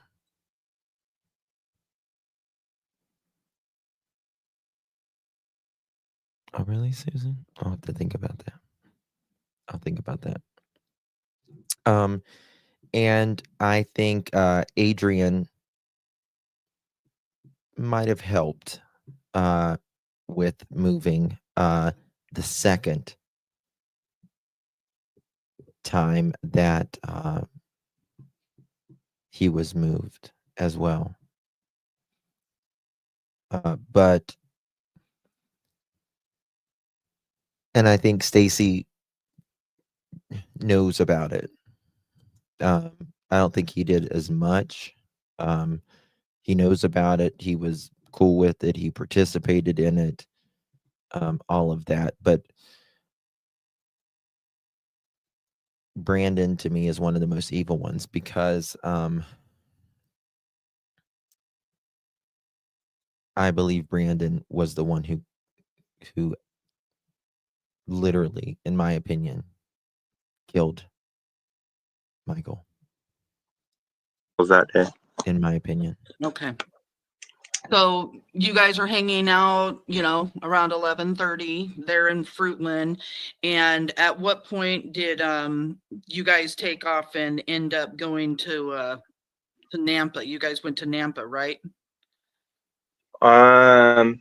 Yeah, I think we went to Nampa that day. I remember having to go to a lunch appointment earlier that day, and we actually ended up going to a place called Applebee's in Nampa. So that was correct. Yeah. Okay. So that day it was Sarah, Brandon, and Adrian, and they went to the mall, and Adrian supposedly was meeting some family to see one of his kids, and they're going to a lot of places looking around. That just doesn't make sense. And in my opinion, they were looking to abduct someone. Did you guys stop anywhere or anything on the way to Nampa? Or like I said before, I think now Nampa is where his mother lives. My times might be a little bit off, like I say, because it was some years ago. But I do remember just doing a couple little errands around Fruitland, getting some coffee, kind of getting ready for the day. And then I do remember taking off, me, Sarah, and Adrian that day, and we went to Applebee's, and then he met. I won't say any of them has a less role in this, Marilyn, because under the law, if you know or was with someone in the commission of a crime and you don't say something immediately, you are just as guilty. Met with a family member there. Whether, Stacy just drove or knew and didn't speak, you're just as guilty. You were equally just as guilty. And I believe Stacy was targeting people throughout the entire day that day. So I don't believe he's and got lunch and wanted to see family, as far as I remember, right? Right. Yeah, that's what you told me yesterday. And then, so you and Sarah dropped him off then? Correct.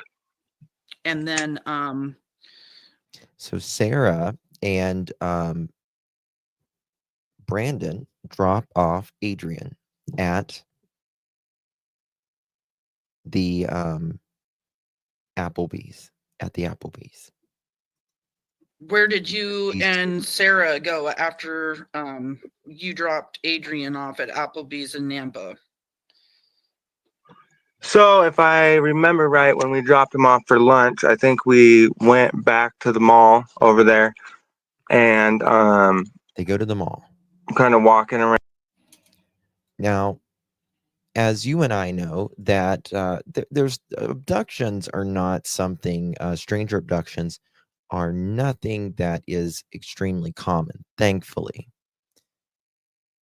But a lot of these abductions happen in They'll notice malls because there's a lot of people that go there. There's particularly a lot of kids, young women, young kids, you know what I mean? Like teenagers.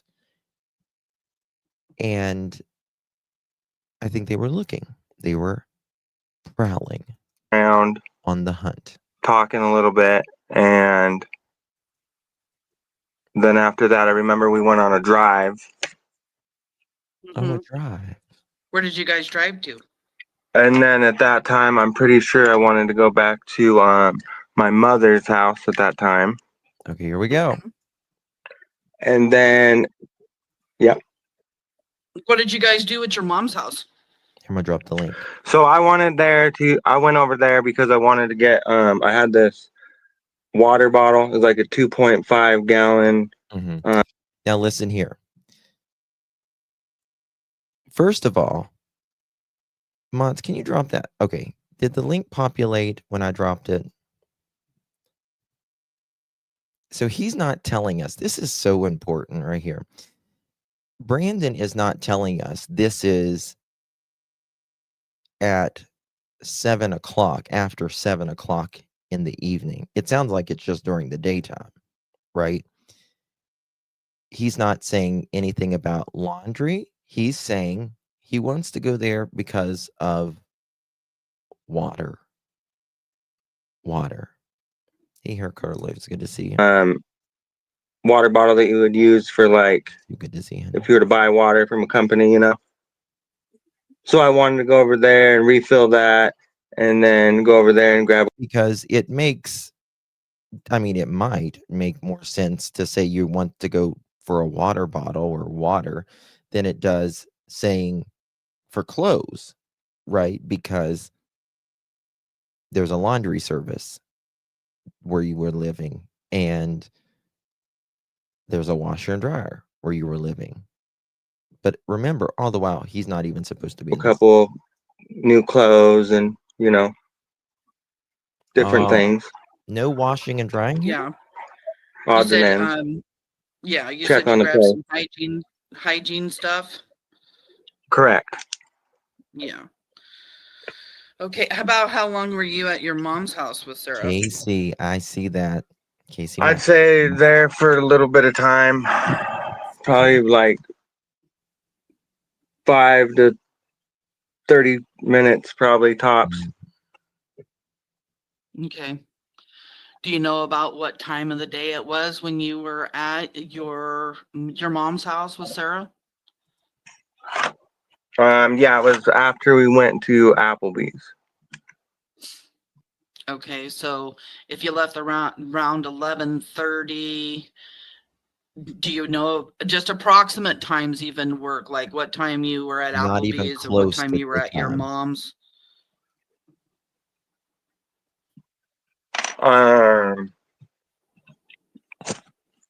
Yeah, I don't know. Just about those times, I'm pretty sure. It was before the nighttime of when I went out. It was before the nighttime. Now remember, this is the end of July. The days are still very long. After the nighttime, well, it was anywhere from 6:40 p.m. till 7 o'clock p.m. when Michael was abducted by at least 3 of those individuals altogether, 3 out of 4. And he's making it sound like this is 11, 12 o'clock in the afternoon or in the morning, right? To go get a water bottle. No, not even close. To go try to tow my car. I do know that. And I'm just So trying to early remember back to the best of my ability, because like I say, this was quite some years ago, and Yeah, you know, I've had I some other understand. things happen since then, and a lot Right. to it. So early afternoonish, you've gone to Nampa, you went over to your mom's house. What time did you guys go pick Adrian back up? Or did you So go I'm pretty sure it was after I went over to my mom's to check on the place, get some water, grab a couple items, this and that. I'm pretty sure we headed back after, Okay. killing a little bit of time, not really much to do. And then went back over to Applebee's, and then I'm pretty sure that we picked up Adrian, and me, Adrian, and Sarah, then we all headed back to Fruitland at that time in a car. Did you guys go to a pawn shop that day? I might have went to a pawn shop that day. Oh, You okay. did. Do you remember who went into the pawn shop?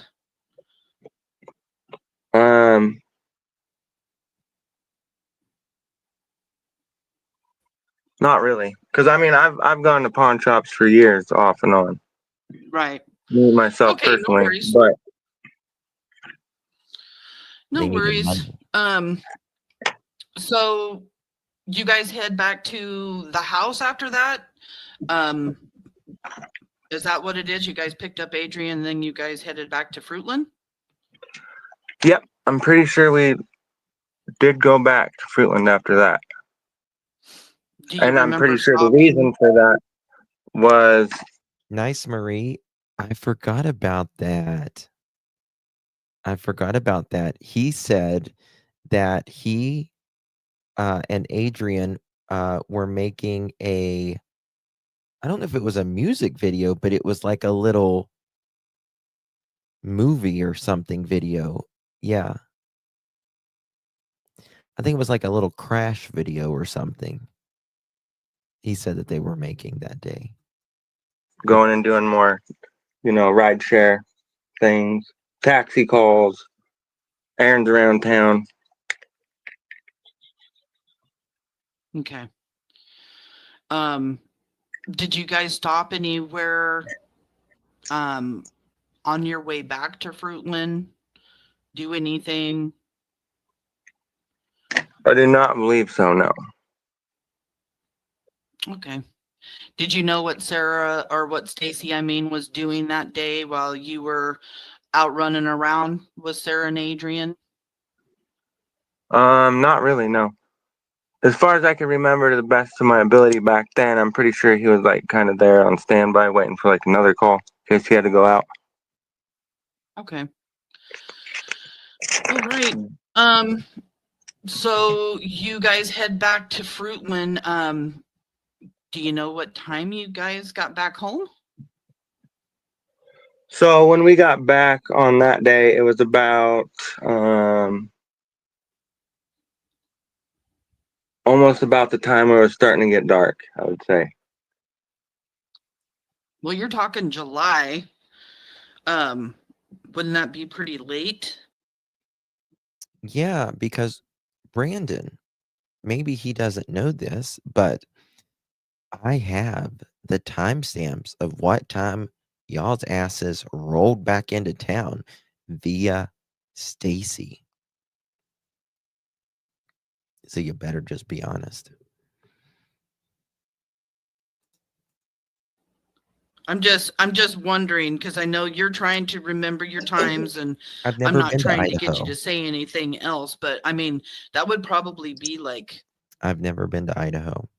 The only places in the United States that I've never been is like Idaho and the South Dakotas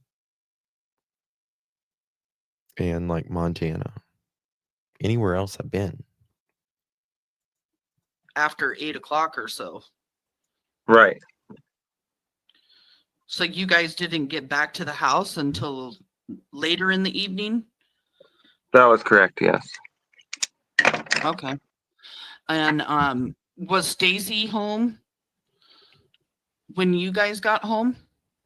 So later that day, he ended up going with me to go do the car tow, and it was Stacy, Sarah, and I, and we had to leave and go get fuel before we took off. So I know we did that, and then went back over there and tried to tow the car, and then we ran into a couple like.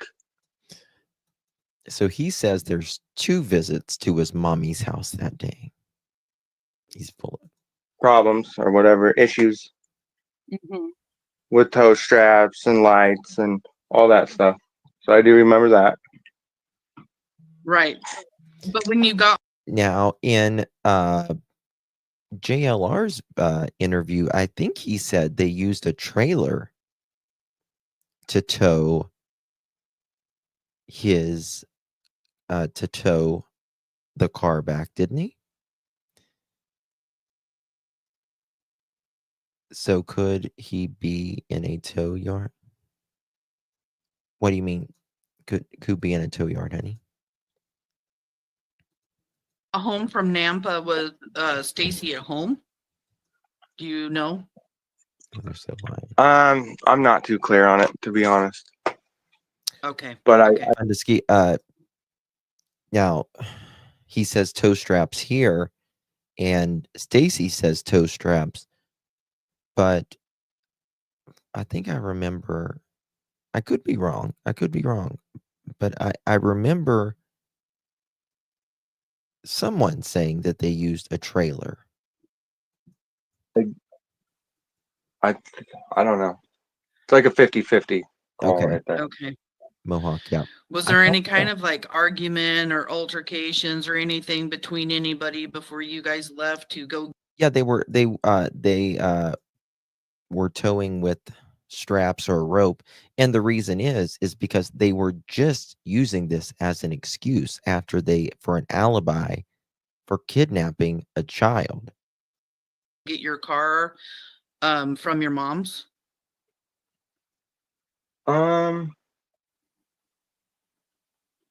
There might have been a little bit of arguing going back and forth, but nothing too major, no. Okay. Okay, and then I'm sorry, I'm just I want to walk you through going to your mom's just in case there's, anything we're missing here. So you and Sarah and Stacy, what vehicle do you guys get into to go to your mom's house? Just a taxi car we were using. A taxi car? Yeah. You guys towed your car back with a car? No. No, at the time of the tow, what did we use for the tow? Yeah. It was a pickup. Okay. Exactly. And you guys leave. Did you guys stop anywhere leaving the neighborhood? Not really stop, but we. Michelle, why do you think they actually did this? I guess, are you new to this case?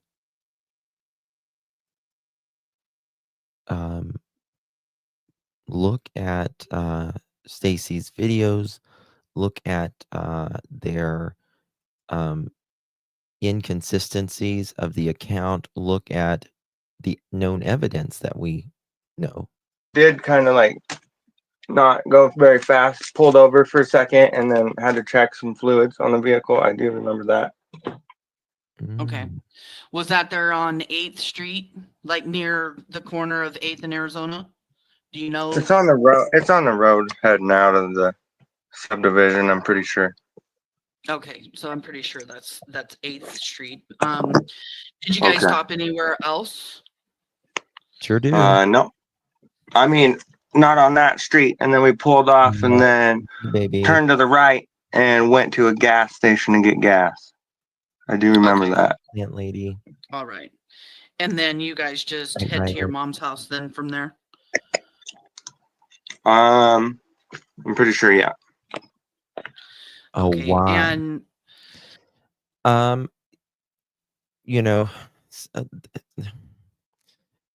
sometimes the why is just that's not ever answered, but the why, in my opinion, I think it could be two reasons.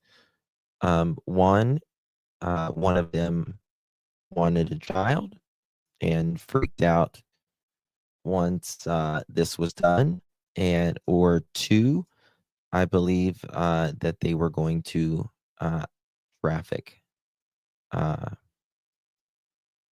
for money. Thank you so much for talking with me. I just appreciate you so much. I just want to let you know that again. I mean, I know we're just like Samantha's got to kiss his ass to make him stay up there and make him comfortable. boing, boing, boing, question after question, and you're probably nervous. So I'm nervous too, and I talk fast when I'm nervous. So I'm just like banging out all these questions. So I'm sorry if I'm like bombarding you. No worries. It's sometimes I bombard myself with questions and, you know, possible case in point and scenarios and different things from time to time. So crazy, you know. Alrighty. No as hard long as you're feelings fine there. with it, if I go too fast, just slow my ass down. Right. So when you get to your mom's house, Samantha does, which we talked about it the other day when her and Josh was up here. Brandon has a very lifelong child friend, and the child friend really took up for Brandon a lot until the Brandon got comfortable, I guess, one night and started telling him a lot of stuff, what he knows, what law enforcement has talked to him about, because law enforcement interviewed him. And I'm telling you, it's one we might go over sometimes on this channel, but it is very triggering, I want to tell you, because he tells us what may have likely happened to little Michael, and it's bad. well, let me just back up a little bit. Did anybody take Bad. anything in the truck on the way to your mom's? So if we had anything at that time, I'm pretty sure that if we would have took it with us, like I was saying earlier, I kind of do recall a toe strap kit that had like all your safety equipment gear in there that you would bring, you know, like your flashing lights and toe strap, couple different tools, things you need if, you know, something breaks or. Exactly, Don. You and I spoke yesterday about a duffel bag. Did you bring a duffel bag to your mom's house? So I've had many different duffel bags growing up and this and that and everything. But at that time, I'm pretty sure I carried just around like a little small thing that I would put hygiene items in and, you know, clothes or boxer briefs, underwear, you know, whatever, shirts. Right. Stuff Do you like remember that. So bringing that? I don't know if I had that on me at that time or not, but I do remember that I have like a little travel bag that I keep with me to put my phone in, or keys or wallet, or, you know, just your everyday. So your man purse, Brandon, your man purse. And listen, no judgment. Nothing wrong with the man purse, right? However, most people don't, put children and hide crimes in a man purse, which yours wasn't a man purse. It was bigger than that one. Stuff you need in a vehicle, maybe your insurance papers or IDs, stuff like that. Okay. And what goes on when you get over to your mom's house? Let's just separate this. Like, when you get to your mom's house, what were you doing? Okay, so when I got to my mom's house, I went in there and had to go get my car key, and then I had to get everything ready to put it in neutral, roll it down the hill, get it all squared away to get hooked up to a tow strap, and then, you know, get it down the road. Okay. To get engine work repaired on it was the whole idea behind it. because I had Okay. reached my max patience with dealing with this vehicle because it's not an easy vehicle to deal with or Right. repair or maintain Yeah. or keep or any of that. Yeah, B&W's parts are expensive. They're hard to work on. Yeah, totally get all that. Did you wash any clothes when you got to your mom's house? I don't think so, no. Okay. And if I did, it was already old clothes that was there, or like I usually do my laundry on a weekly basis and keep all my stuff throughout the week, and maybe would wash clothes one time, but I don't think I was going there just to wash clothes that day. No. Okay. Thank you for clarifying that because, we've Yeah. all heard different. I'm sure you know who I'm talking about. So, Yeah. what was Sarah doing when you guys got there? I'm pretty sure she was waiting in the vehicle outside for us to get everything ready to go so we could just go there and then get ready to head back. Because it was starting to get darker that day. And then what was Stacy doing when you guys got there? I don't know. He might have ran in and used the bathroom real quick one time, or go in there to maybe get drinks or something for the road, or and then head back out. Just help me make sure I get everything hooked up and ready to go to do the car recovery mission. So Stacy went into the house then? I mean, I have allowed Stacy to go in there before. Yes, ma'am. Because, if you're, having a long day, got to use the restroom, run out. Yeah. So, I mean, before all this kind of went the way it did and broke out and took the turn of events the way it did, when it did, I don't know, it's just a lot to think about. Yeah. It's just, that's like the complete opposite of what Stacy said. Stacy said Sarah went into the house and that he stayed in the vehicle, or that his story changed multiple times. He said that it was just him and Sarah in the vehicle. He said Sarah went in while he did the tow. Now, did you help him do anything with the tow, like cook things up and all this and that? Yeah. Okay. And then do you know approximately like how long you were there at your mom's house that evening, hooking things up and doing everything? I'd say that it wasn't very long because, like I say, I just went in there, grabbed the key from where I had to go, open the garage, put it in neutral, roll the car down the hill, make sure each vehicle's ready in their position to have to cruise out of there, and then 5 to 30 minutes, I'd say, was all. Did your mom know that you were going there to her house? That day, yeah, I'm pretty sure I did call her and let her know.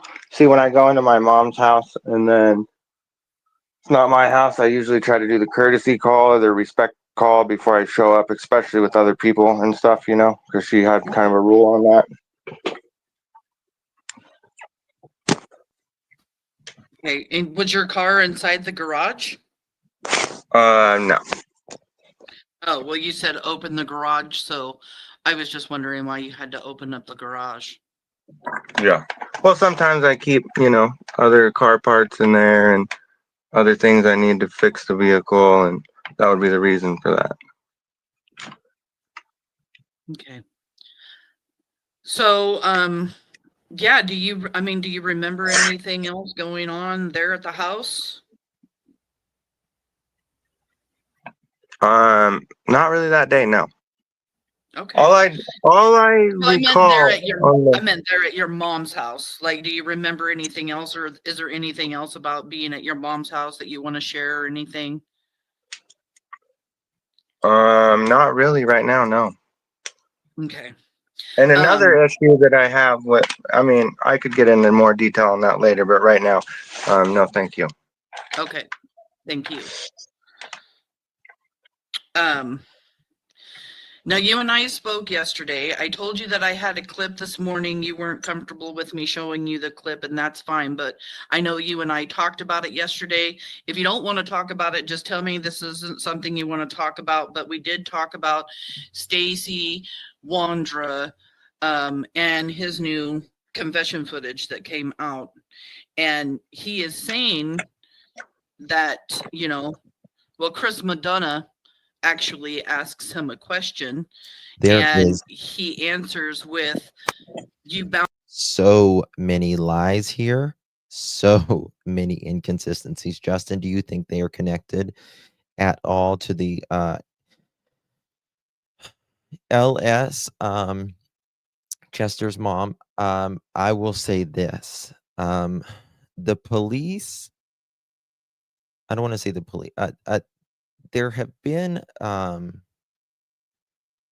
do believe there are people other than the 4 suspects that know more about the situation. I will say that. I do believe there is more than the 4 suspects. RC, I agree. You know, Idaho has the death penalty. We know this from Brian Koberger. I believe Fruitland has alluded to the fact that others potentially know more. They've never given names. Is it the 2 registered S offenders next door? Maybe. I don't know. But they're, in my opinion, absolutely. It could be others that have been in the home as well. But I think that there was potential some trafficking rings or RSO rings. Michael up in the guest room at your mom's house. Would you like to see that clip right now or no? If you have it and you want to show it, I mean, we could go over that now, or we could go it over later, whatever you think Well, would if be you're best. okay with it, I'll throw it up now, 1000%. and then you can talk about it. If it shocks you to a point where you feel like you don't want to talk about it after you see it, you don't have to say anything. Now, Brandy gave me a heart attack because her and I was truly the only people that had this in our possession. Josh did. Josh is had this as well. He deleted it because I was freaking the freak out, and Josh is one for many reasons, but one that I know that I can trust with anything. And I didn't want to put this video out and potentially hurt the case in any way when this video was actually the biggest blessing, because Brandy gave it to Samantha and had her put it out. And that's when things started finally moving on this case, because then the public knew, right? And the prosecutor, there's pressure, and all of that. So Brandon is going to reply here to what Stacy is saying here. It's very interesting. it turned out to be a big blessing, Golden. It really did. She is. And let me tell you something. You want to talk about a hard conversation, because Brandy is my friend, right? And telling her that I FOIA'd something and I got more than I bargained for, and I didn't want her to see it, but I wanted her to have it, right? And of course she watched it, and I just can't imagine her watching this.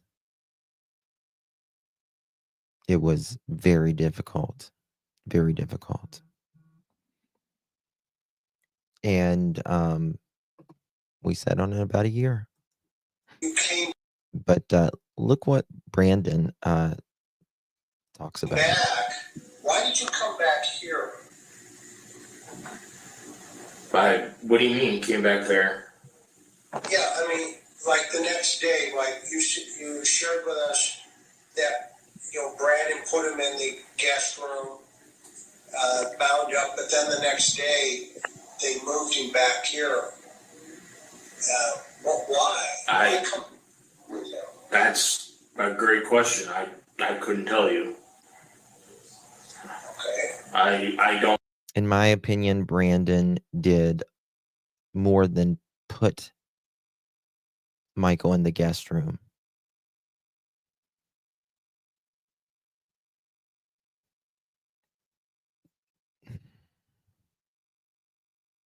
He did really bad things to Michael. I don't have an answer for that. What vehicle did they use? She left me with a Lexus, I believe, that day. So it would have been her vehicle. The guest room. So he said that you bound Michael up in the guest room at your mom's house. So that is a false statement because I never have met. Tina, this is the video that I FOIA'd. Samantha blurred out my logo here because Brandy had it leaked. But this is Stacy in prison. Met Michael before in my life, or never even seen Michael before, Vaughan, in my life, up until this day. And as far as anybody getting tied or kidnapped at my house, this or that, any of that, crazy off the wall accusations, that did not happen, to the best of my knowledge, at this time right now. Now listen to that. Met Michael before in my life, or never even seen Michael before. I've never met Michael before. I've never seen Michael before. Vaughan, in my life, up until this day. And as far as anybody getting tied, up until this day, meaning up until presence of this interview, tied or kidnapped at my house, this or that, any of that. And anybody getting tied or kidnapped up at my house. Crazy off the wall accusations, that did not happen. That did not happen. To the best of my knowledge, at this time right now. That's the part. Nobody, I don't know Michael Vaughan. I've never seen Michael Vaughan up until this interview right now. The off-the-wall accusations about a child getting abducted or unalived in my house is false. To the best of my knowledge,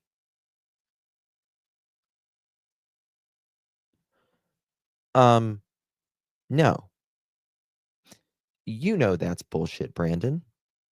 I can tell you 100% if there's anyone been unalived, especially, a child in your mother's home. in your home that you're living at, to the best of my knowledge. Who's going to say to the best of my knowledge? Yeah, that's 100%. That should be something you should be 100% on, 1,000,000% on. Best of my knowledge at this time. Yeah. At any mother time, mother chicken, at any time. Put a 1 in the chat if you know 1,000,000% that nobody has been unalived in your house while you were there or lived at your house. 1,000,000%, not to the best of your knowledge at this time, that you 100% know, 1,000,000,000% know. Yeah, all of us, right? All of us. Not to the best of your knowledge. I mean, you're going to know. Yeah, because he's in this too, as you heard. He's saying that, they, or actually Chris Madonna says, and they went back to the house. Did you guys go back to the house the next morning? Go back to your mom's house the next morning? No, kidnapped or unalived. I don't know. Nefarious. I'm gonna have to think about that some more too.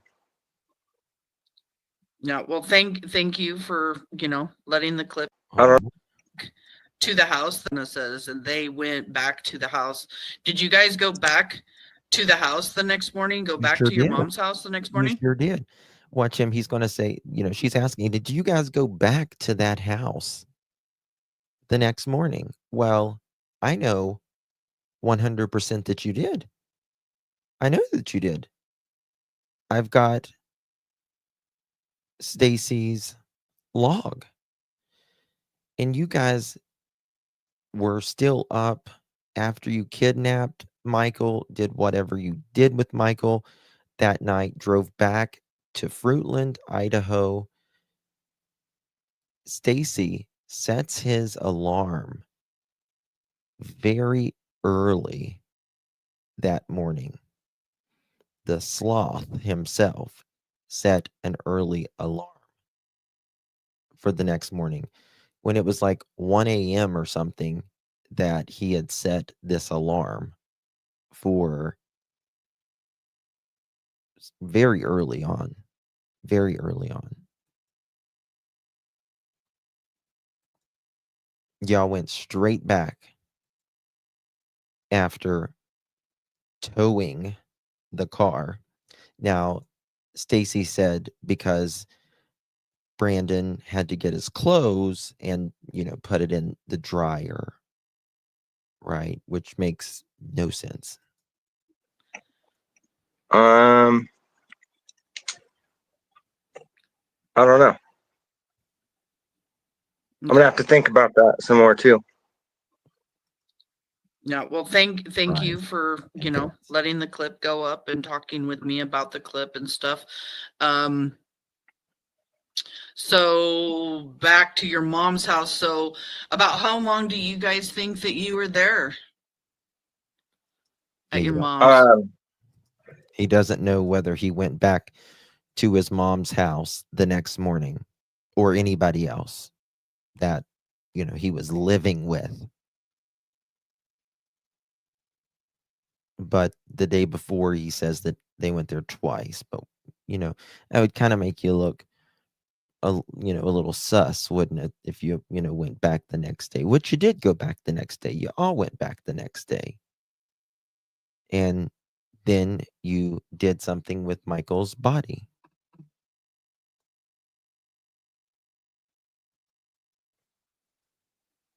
Earlier in the day or later in the day or what time in the day? What we're gonna have to clarify that up a little bit. Matter. Did you go back? Yeah, I mean, I'm not sure what time you got to your mom's. I know you're having a hard time remembering like times and stuff. Was it late? Was it completely dark outside when you guys left? Can you just approximate time? Oh He's of freaking how the long hell you out. thought you were there? Yep, hair curlers. Exactly. So the only time I remember going to my mother's house that particular day was, like I say, probably after we had left Fruitland to go. Isn't it amazing how they all can't remember going to certain places, certain details, whenever, there's a lot of suspicion around them. They simply lose their mind, right? Lose their mind. But whenever, someone wants to clear their name, or they have a child missing or whatever, and they're not suspicious, they will go to the ends of the earth to give answers. We took the departure route, if you may, to over there to go get a vehicle, and then we stayed there long enough to get the key out, get the tow kit, your triangles, all that stuff, put it in, get it ready to go. So I'm pretty sure that would have been anywhere from 5 minutes to 45 minutes tops. So that is one time I do remember going to my mother's house at that time. And then I also remember my mother's house address getting blasted up on the internet and maps of it and this and that. And I've had a couple things of mine that may or may not have been hacked, and just all sorts of things that could or could not have been happening with this. But nobody hacked to be there for a long. Nobody hacked your shit. I might have blasted your ass a few times. That's true. That's true. And, it's not over till the fat lady sings. And I haven't sang yet. Amount of time, I don't think that would have been happening, because, everybody wasn't cool with just having people come over whenever they wanted either. Right. And, Okay. So you were only there, you were there less than an hour, pretty much, is what you're saying. Right. On the evening times. Right. I'm pretty sure that's pretty close to about the time I would have been there with Sarah and Stacy. Yep. That day. Okay. And so you guys were at the mom's, you were leaving to tow your car back. Tell me about the tow ride back to Fruitland. So we just kind of wanted to go on the back roads, right? So it wouldn't be, convenient back roads. like getting stuck in traffic and creating problems and road hazards and, issues out there, especially if you get going past just a couple mile-an-hour towing, then, you could cause a lot of dangers or issues. He's fucked, and he knows he's on the road. Yeah. So we just kind of took the back roads, went slow, went, through the trails that I remember to get there. It's not really a trail, but just speaking metaphorically, That's an odd right. statement. And you very odd statement he says there. The trails. What do you mean the trails? guys, the tow strap broke on the way back? Dangers or issues on the road. Yeah. So we just kind of took the back roads, went slow, went, through the trails that I remember to get there. It's not really a trail, but just speaking metaphorically, Right. And you guys, the tow strap broke on the way back? And I do recall the tow strap breaking one time and almost getting us stuck in the middle of the road. So then we did pull over on the side of the road and who says that? Try to repair that issue when it was already starting to get dark, past dark. I'm pretty sure. Okay. And that's when we were starting to run out of light, and had to crawl under the car, re-tow the strap, try to cut the other one off. Just a big old headache, hassle. Right. Okay. All right. So thank you for verifying that. Some people have wondered whether or not that was something true, whether or not it had happened or not. So Did you guys stop anywhere else on the way into Fruitland on the way back home? Now I'm gonna have to go over those details and kind of try to get into that more too. But I'm pretty sure we weren't really dinking around and trying to take too long to be towing a car at night when it was getting darker. So I'm pretty sure we just headed back. Okay. What was going on in the neighborhood when you guys like pulled down 8th Street to come back home? Oh, all right. Yeah. So we were coming back into the neighborhood that evening, and right as soon as we turned. Now, this is after they have kidnapped Michael, went to Brandon's mom's house, did whatever they did, towed the car on the way back, arrived in the neighborhood. As you can tell, the neighborhood is crazy at that time because Michael is missing. Everyone is out. Everyone is searching. Police are everywhere. Drones, helicopters, dogs, everything. So he's going to tell you what he says they did whenever they get back into the neighborhood. In the left block to roll back in through the 8th Street there. We're going down the road about halfway down it, and then there was another car that was coming this other way, and somebody stopped real quick. I think both the drivers did, and I'm in the back car getting towed, and then someone says, "Hey, what's going on? What are you guys doing out here?" And they said that a child had come up missing, and that was the first time right there when I had heard the news. Okay. Okay. And then you guys just went home from there after talking And with him. then You guys listen went to home? this. Yeah, I'm pretty sure like that whole street, a lot of people came out of their houses at that time, and there's one car in the road, a couple different, like it was starting to get to be pretty busy, and that's when they said they called the police, did a police missing child report, called search and rescue, Idaho Fish and Game, and then fire departments, basically everybody, search party, search is on. By the time they get back, let's see here. Michael's been missing 4.5, 5+ hours. Okay. All right. So yeah, you guys got a missing child in the neighborhood. You know, you guys are becoming aware of this at this Right, time. You guys go back to the house. Did you do anything else that evening after you got Right, back to the Candy? house? Right? Isn't it amazing how they can always remember these very, convenient parts, right? That don't really change the trajectory of a missing child's case, right? It just seems to be the nitty gritty, right?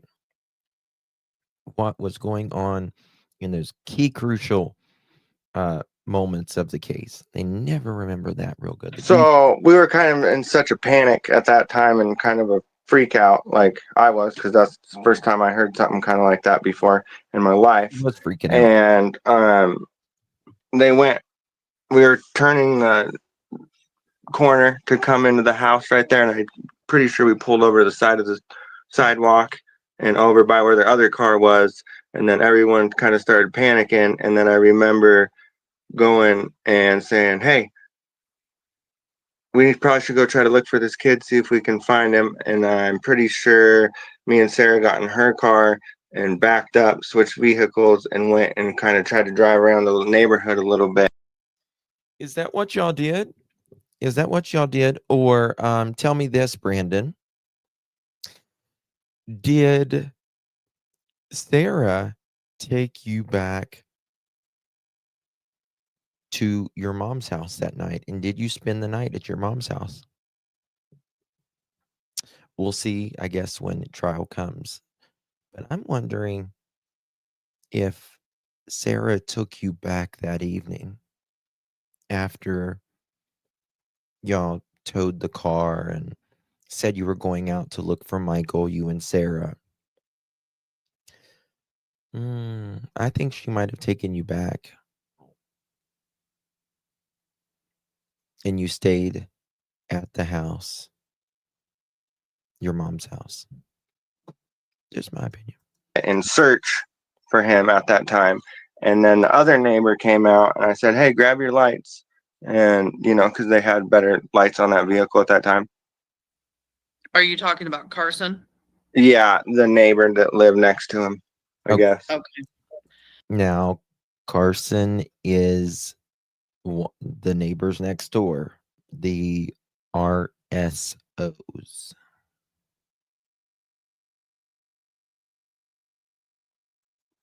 One of them. Okay. And then after that, what was the rest of the night like? Pretty weird feeling ever since that got said, and pretty strange. And then I remember we searched around for quite some time, and then I remember we went to a gas station. I stood in line, grabbed a gallon of milk, I'm pretty sure, and then a gallon of milk. Just kind of was in shock and awe and went right back out to the car. And that was at the time, like the whole town was just kind of going wild too. Okay. It just didn't feel the same anymore in that town after that. I know that. Right. Didn't feel the same. Is that why you ran like a bitch? Okay, so the other questions that we kind of went over yesterday was, did you know anything about Sarah and Adrian doing apps of any kind, or like trying to do any kind of like prostitution or anything? I did not hear it from them if they were. I'll say it like that. Okay, but did you know anything about it? I mean, if they didn't tell you, did you know anything about it? Not really, no. I don't really remember them telling me one specific app that. I don't believe him right there. I don't believe him right there.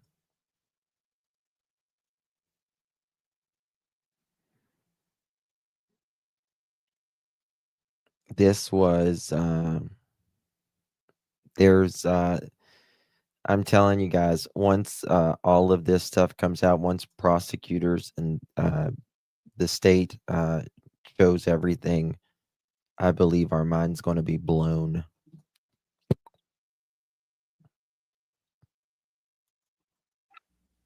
Okay. Was doing something like that, other than just like Instagram, Facebook, Do you know anything about them like trying to like scam people for money or anything? I think I kind of picked up on that a little bit as time.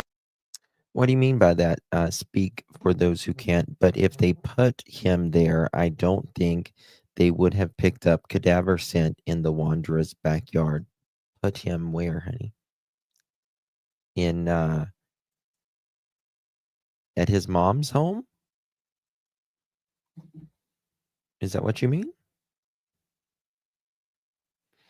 Because if you die somewhere, or you are laying somewhere, or you are buried somewhere, they're going to pick up a cadaver scent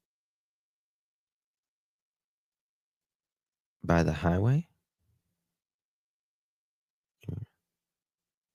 I don't know what you mean by the highway. And if you are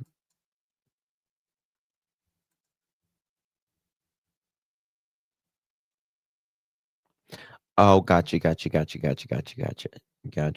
No, I don't think that they had him. I don't think he was on the side of the road like that. No. And went by. Not at that time. Okay. I heard that rumor one time. I can't say that I didn't. Do you remember where you heard it from? Just rumors going around the town. If that was something that was happening.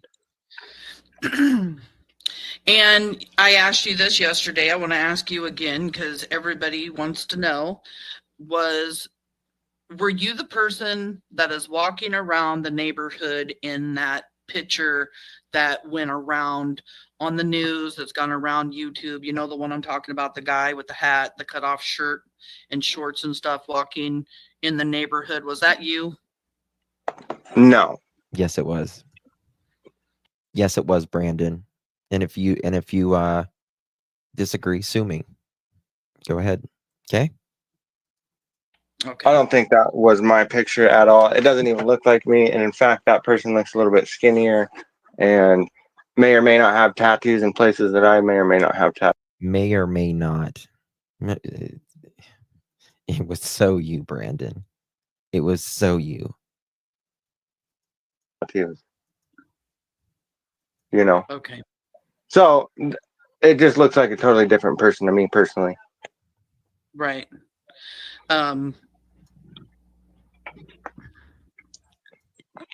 So did you ever know of or hear anything about anybody in the house selling or transporting drugs or any of that kind of thing? Not really at that time, no. Okay. And when you were looking over in the field, when you said, look at this.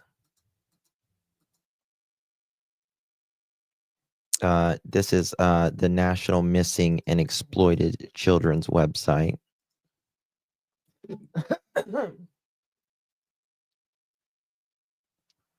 Little Michael and Brandy. That's their hearts. Oh, look.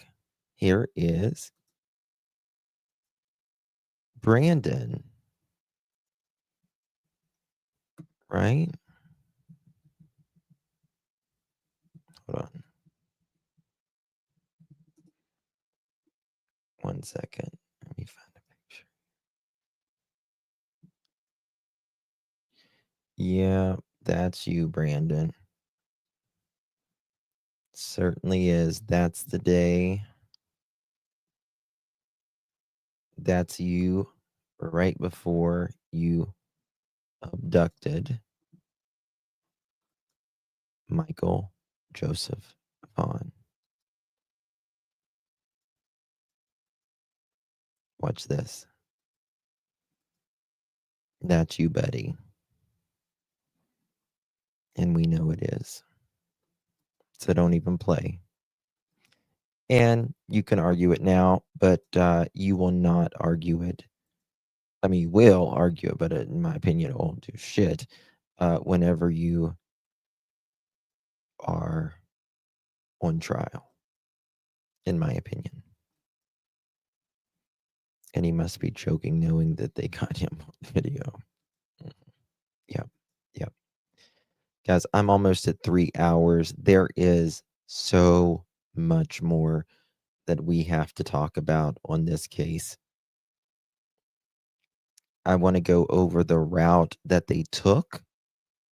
I want to go over where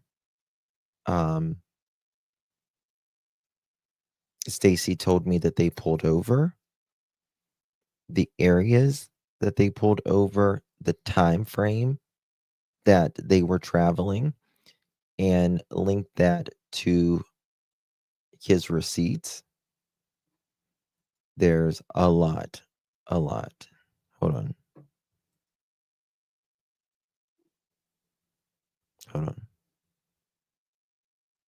Oh, I know. This is a horrible story. 1 second. Yeah, the 4 found in the trunk. I know. It's crazy.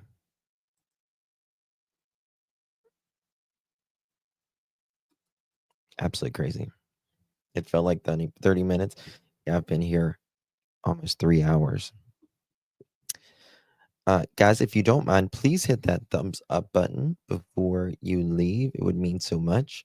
Into my replay crew, how are you? Make sure you please hit that thumbs up button and share the live out for more.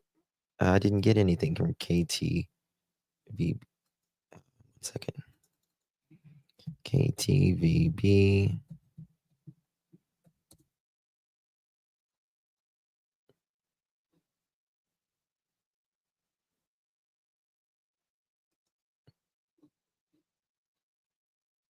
play this real quick.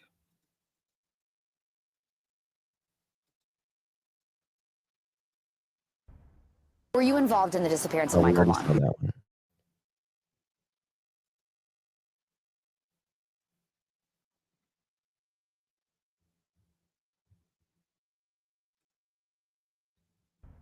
Were you involved? Okay, what else is there? Idaho's News Channel. In 2021 from his home in Fruitland, Idaho. From that video in just a minute, but Abby Davis, you spoke with Michael's mom just a short time ago about this video, where it came from. What do we know about this? Right, well, Joe and Abby, Brandy Neal says she and a family friend leaked the two-part video. It shows one of the two suspects in the case, or it shows one of the four suspects in the case, rather. Stacey Wandra, who was in jail at the time in Washington County, telling detectives Michael's body was in he and his wife's backyard. They lived just minutes away from the young boy. Brandy says they accidentally got the video last spring through an unrelated public records request. She asked the friend to file the request on her behalf. Brandy started uploading the video on her own YouTube yesterday. The family friend who runs the true crime account, Clutch Them Pearls, uploaded it to their account today. Brandy says she leaked the video because she's angry, tired, and sick of not having any answers and wanted to take the situation into her own hands. She doesn't want her decision to discredit any of the hard work the Fruitland Police Department has done. She says they've worked tirelessly to bring Michael home. She did decline an interview because of her poor health. Stacey is still a suspect. He's been in and out of custody for a couple of years after pleading guilty to an unrelated gun crime, then violating conditions of his supervised release. He's currently in federal custody, waiting for a hearing that's set for mid-February.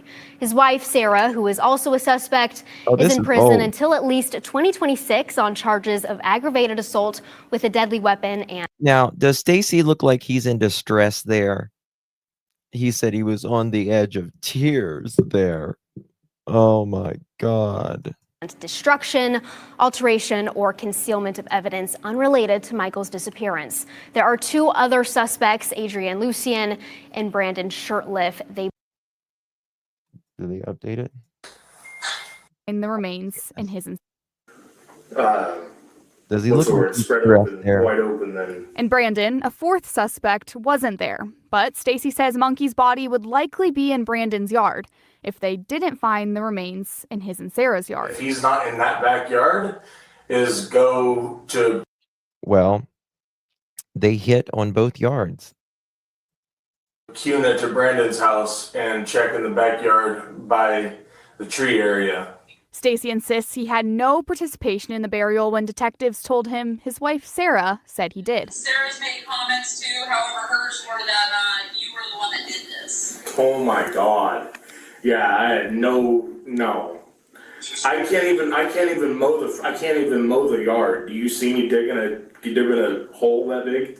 I mean, I can barely walk as it is. So I mean, there's. Let me tell you something. If you walk around like this, let me just tell you something. If you walk around like this with using your pants as like house shoes, we can't be friends. Okay? To me, that is just the sloppiest shit. Oh my God. It drives me nuts, people that do that stuff. We cannot be friends. Sorry, not sorry. Not one freaking bit. Smelling like sour clothes and ass. Ass and pork rinds, probably. Oh my God. There's no way I have the energy. Like I said, Sarah, could have done something with it when I wasn't home. Knowing that she knew that I had seen where she was digging. You'd seen where she was digging. First of four, a Nampa priest accused of raping a child appeared in Kenya. It's crazy. Look at this. Look how happy and healthy Brandy and Michael are here. And you know something?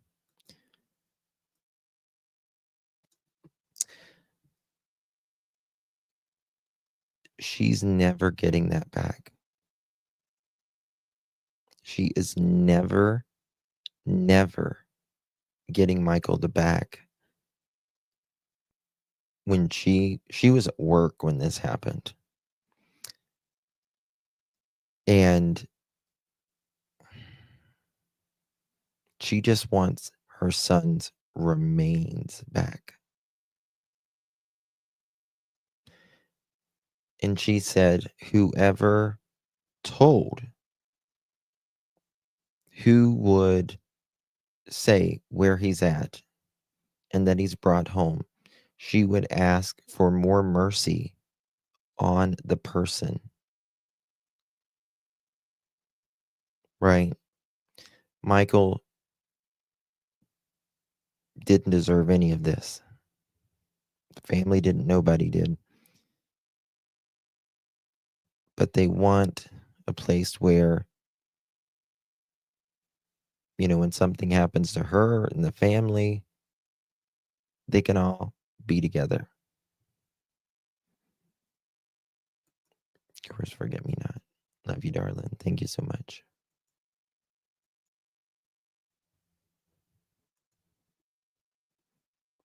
He is.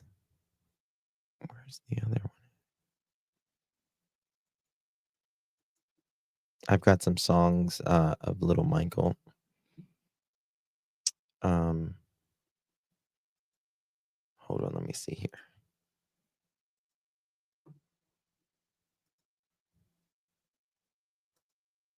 I made some songs for Michael. I think they're on the Clutch Them Pearl, or no, my G. One second here.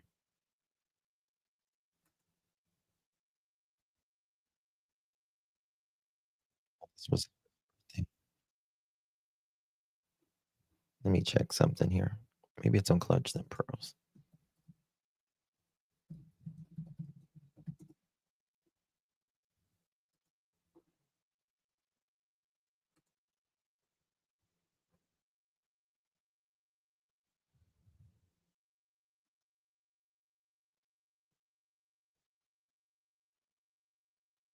Right here it is. This is the one we made for one of the songs we made for Michael.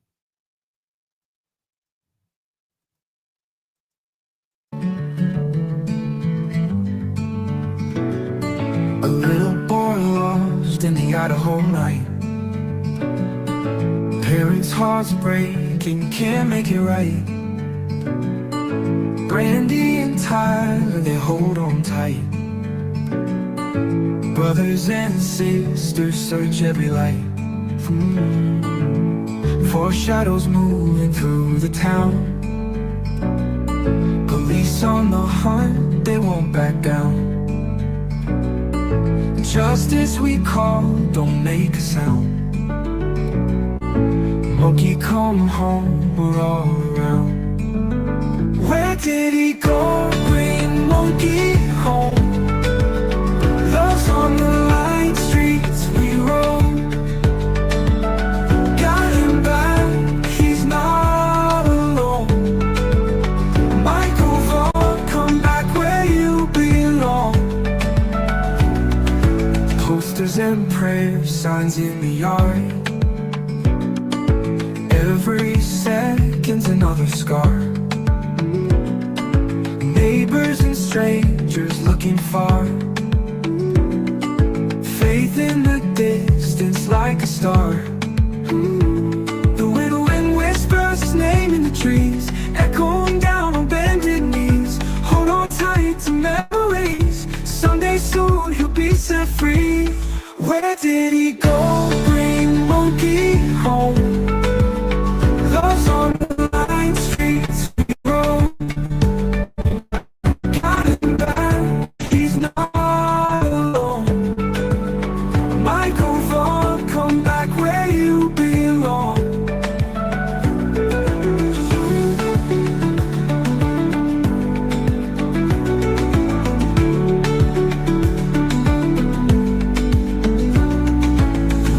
whispers his name in the trees, echoing down on bending knees.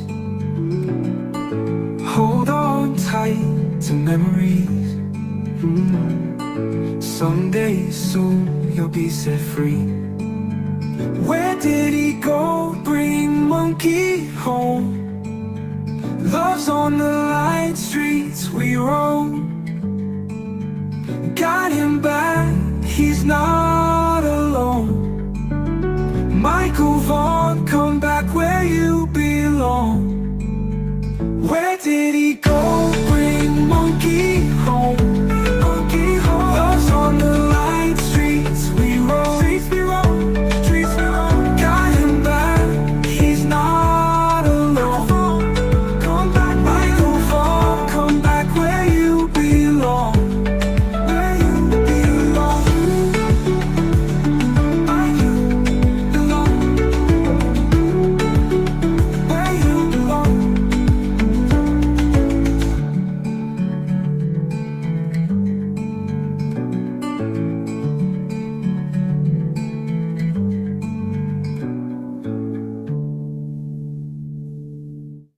We won't stop, pinky promise. By the way, guys, you can use any of these songs on my J for A, Justin for All channel, or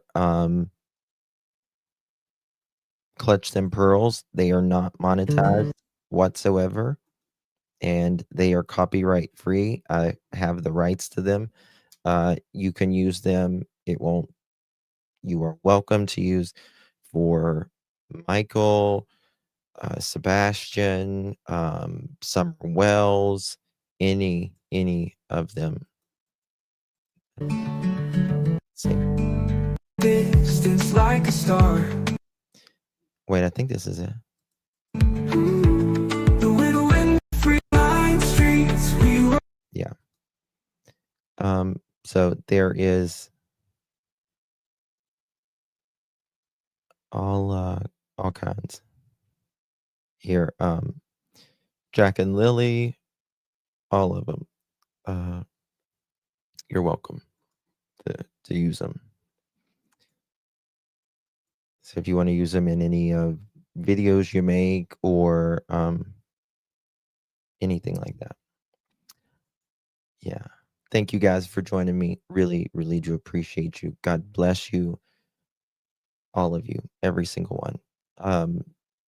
If we're not going to stop. We're just not going to stop until Michael is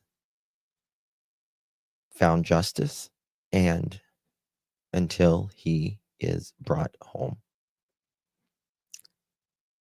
Take good care of yourselves. You only get so many trips around the sun. We're not going to be alive in 100 years from now. So enjoy your time you have. That's the truth.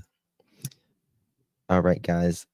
Justice for little Michael Joseph Vaughan. We love you, Brandy, Tyler, kids, everyone. Thank you to my mods, my members, anyone who sees this or hears this. God bless you. Good night, everyone.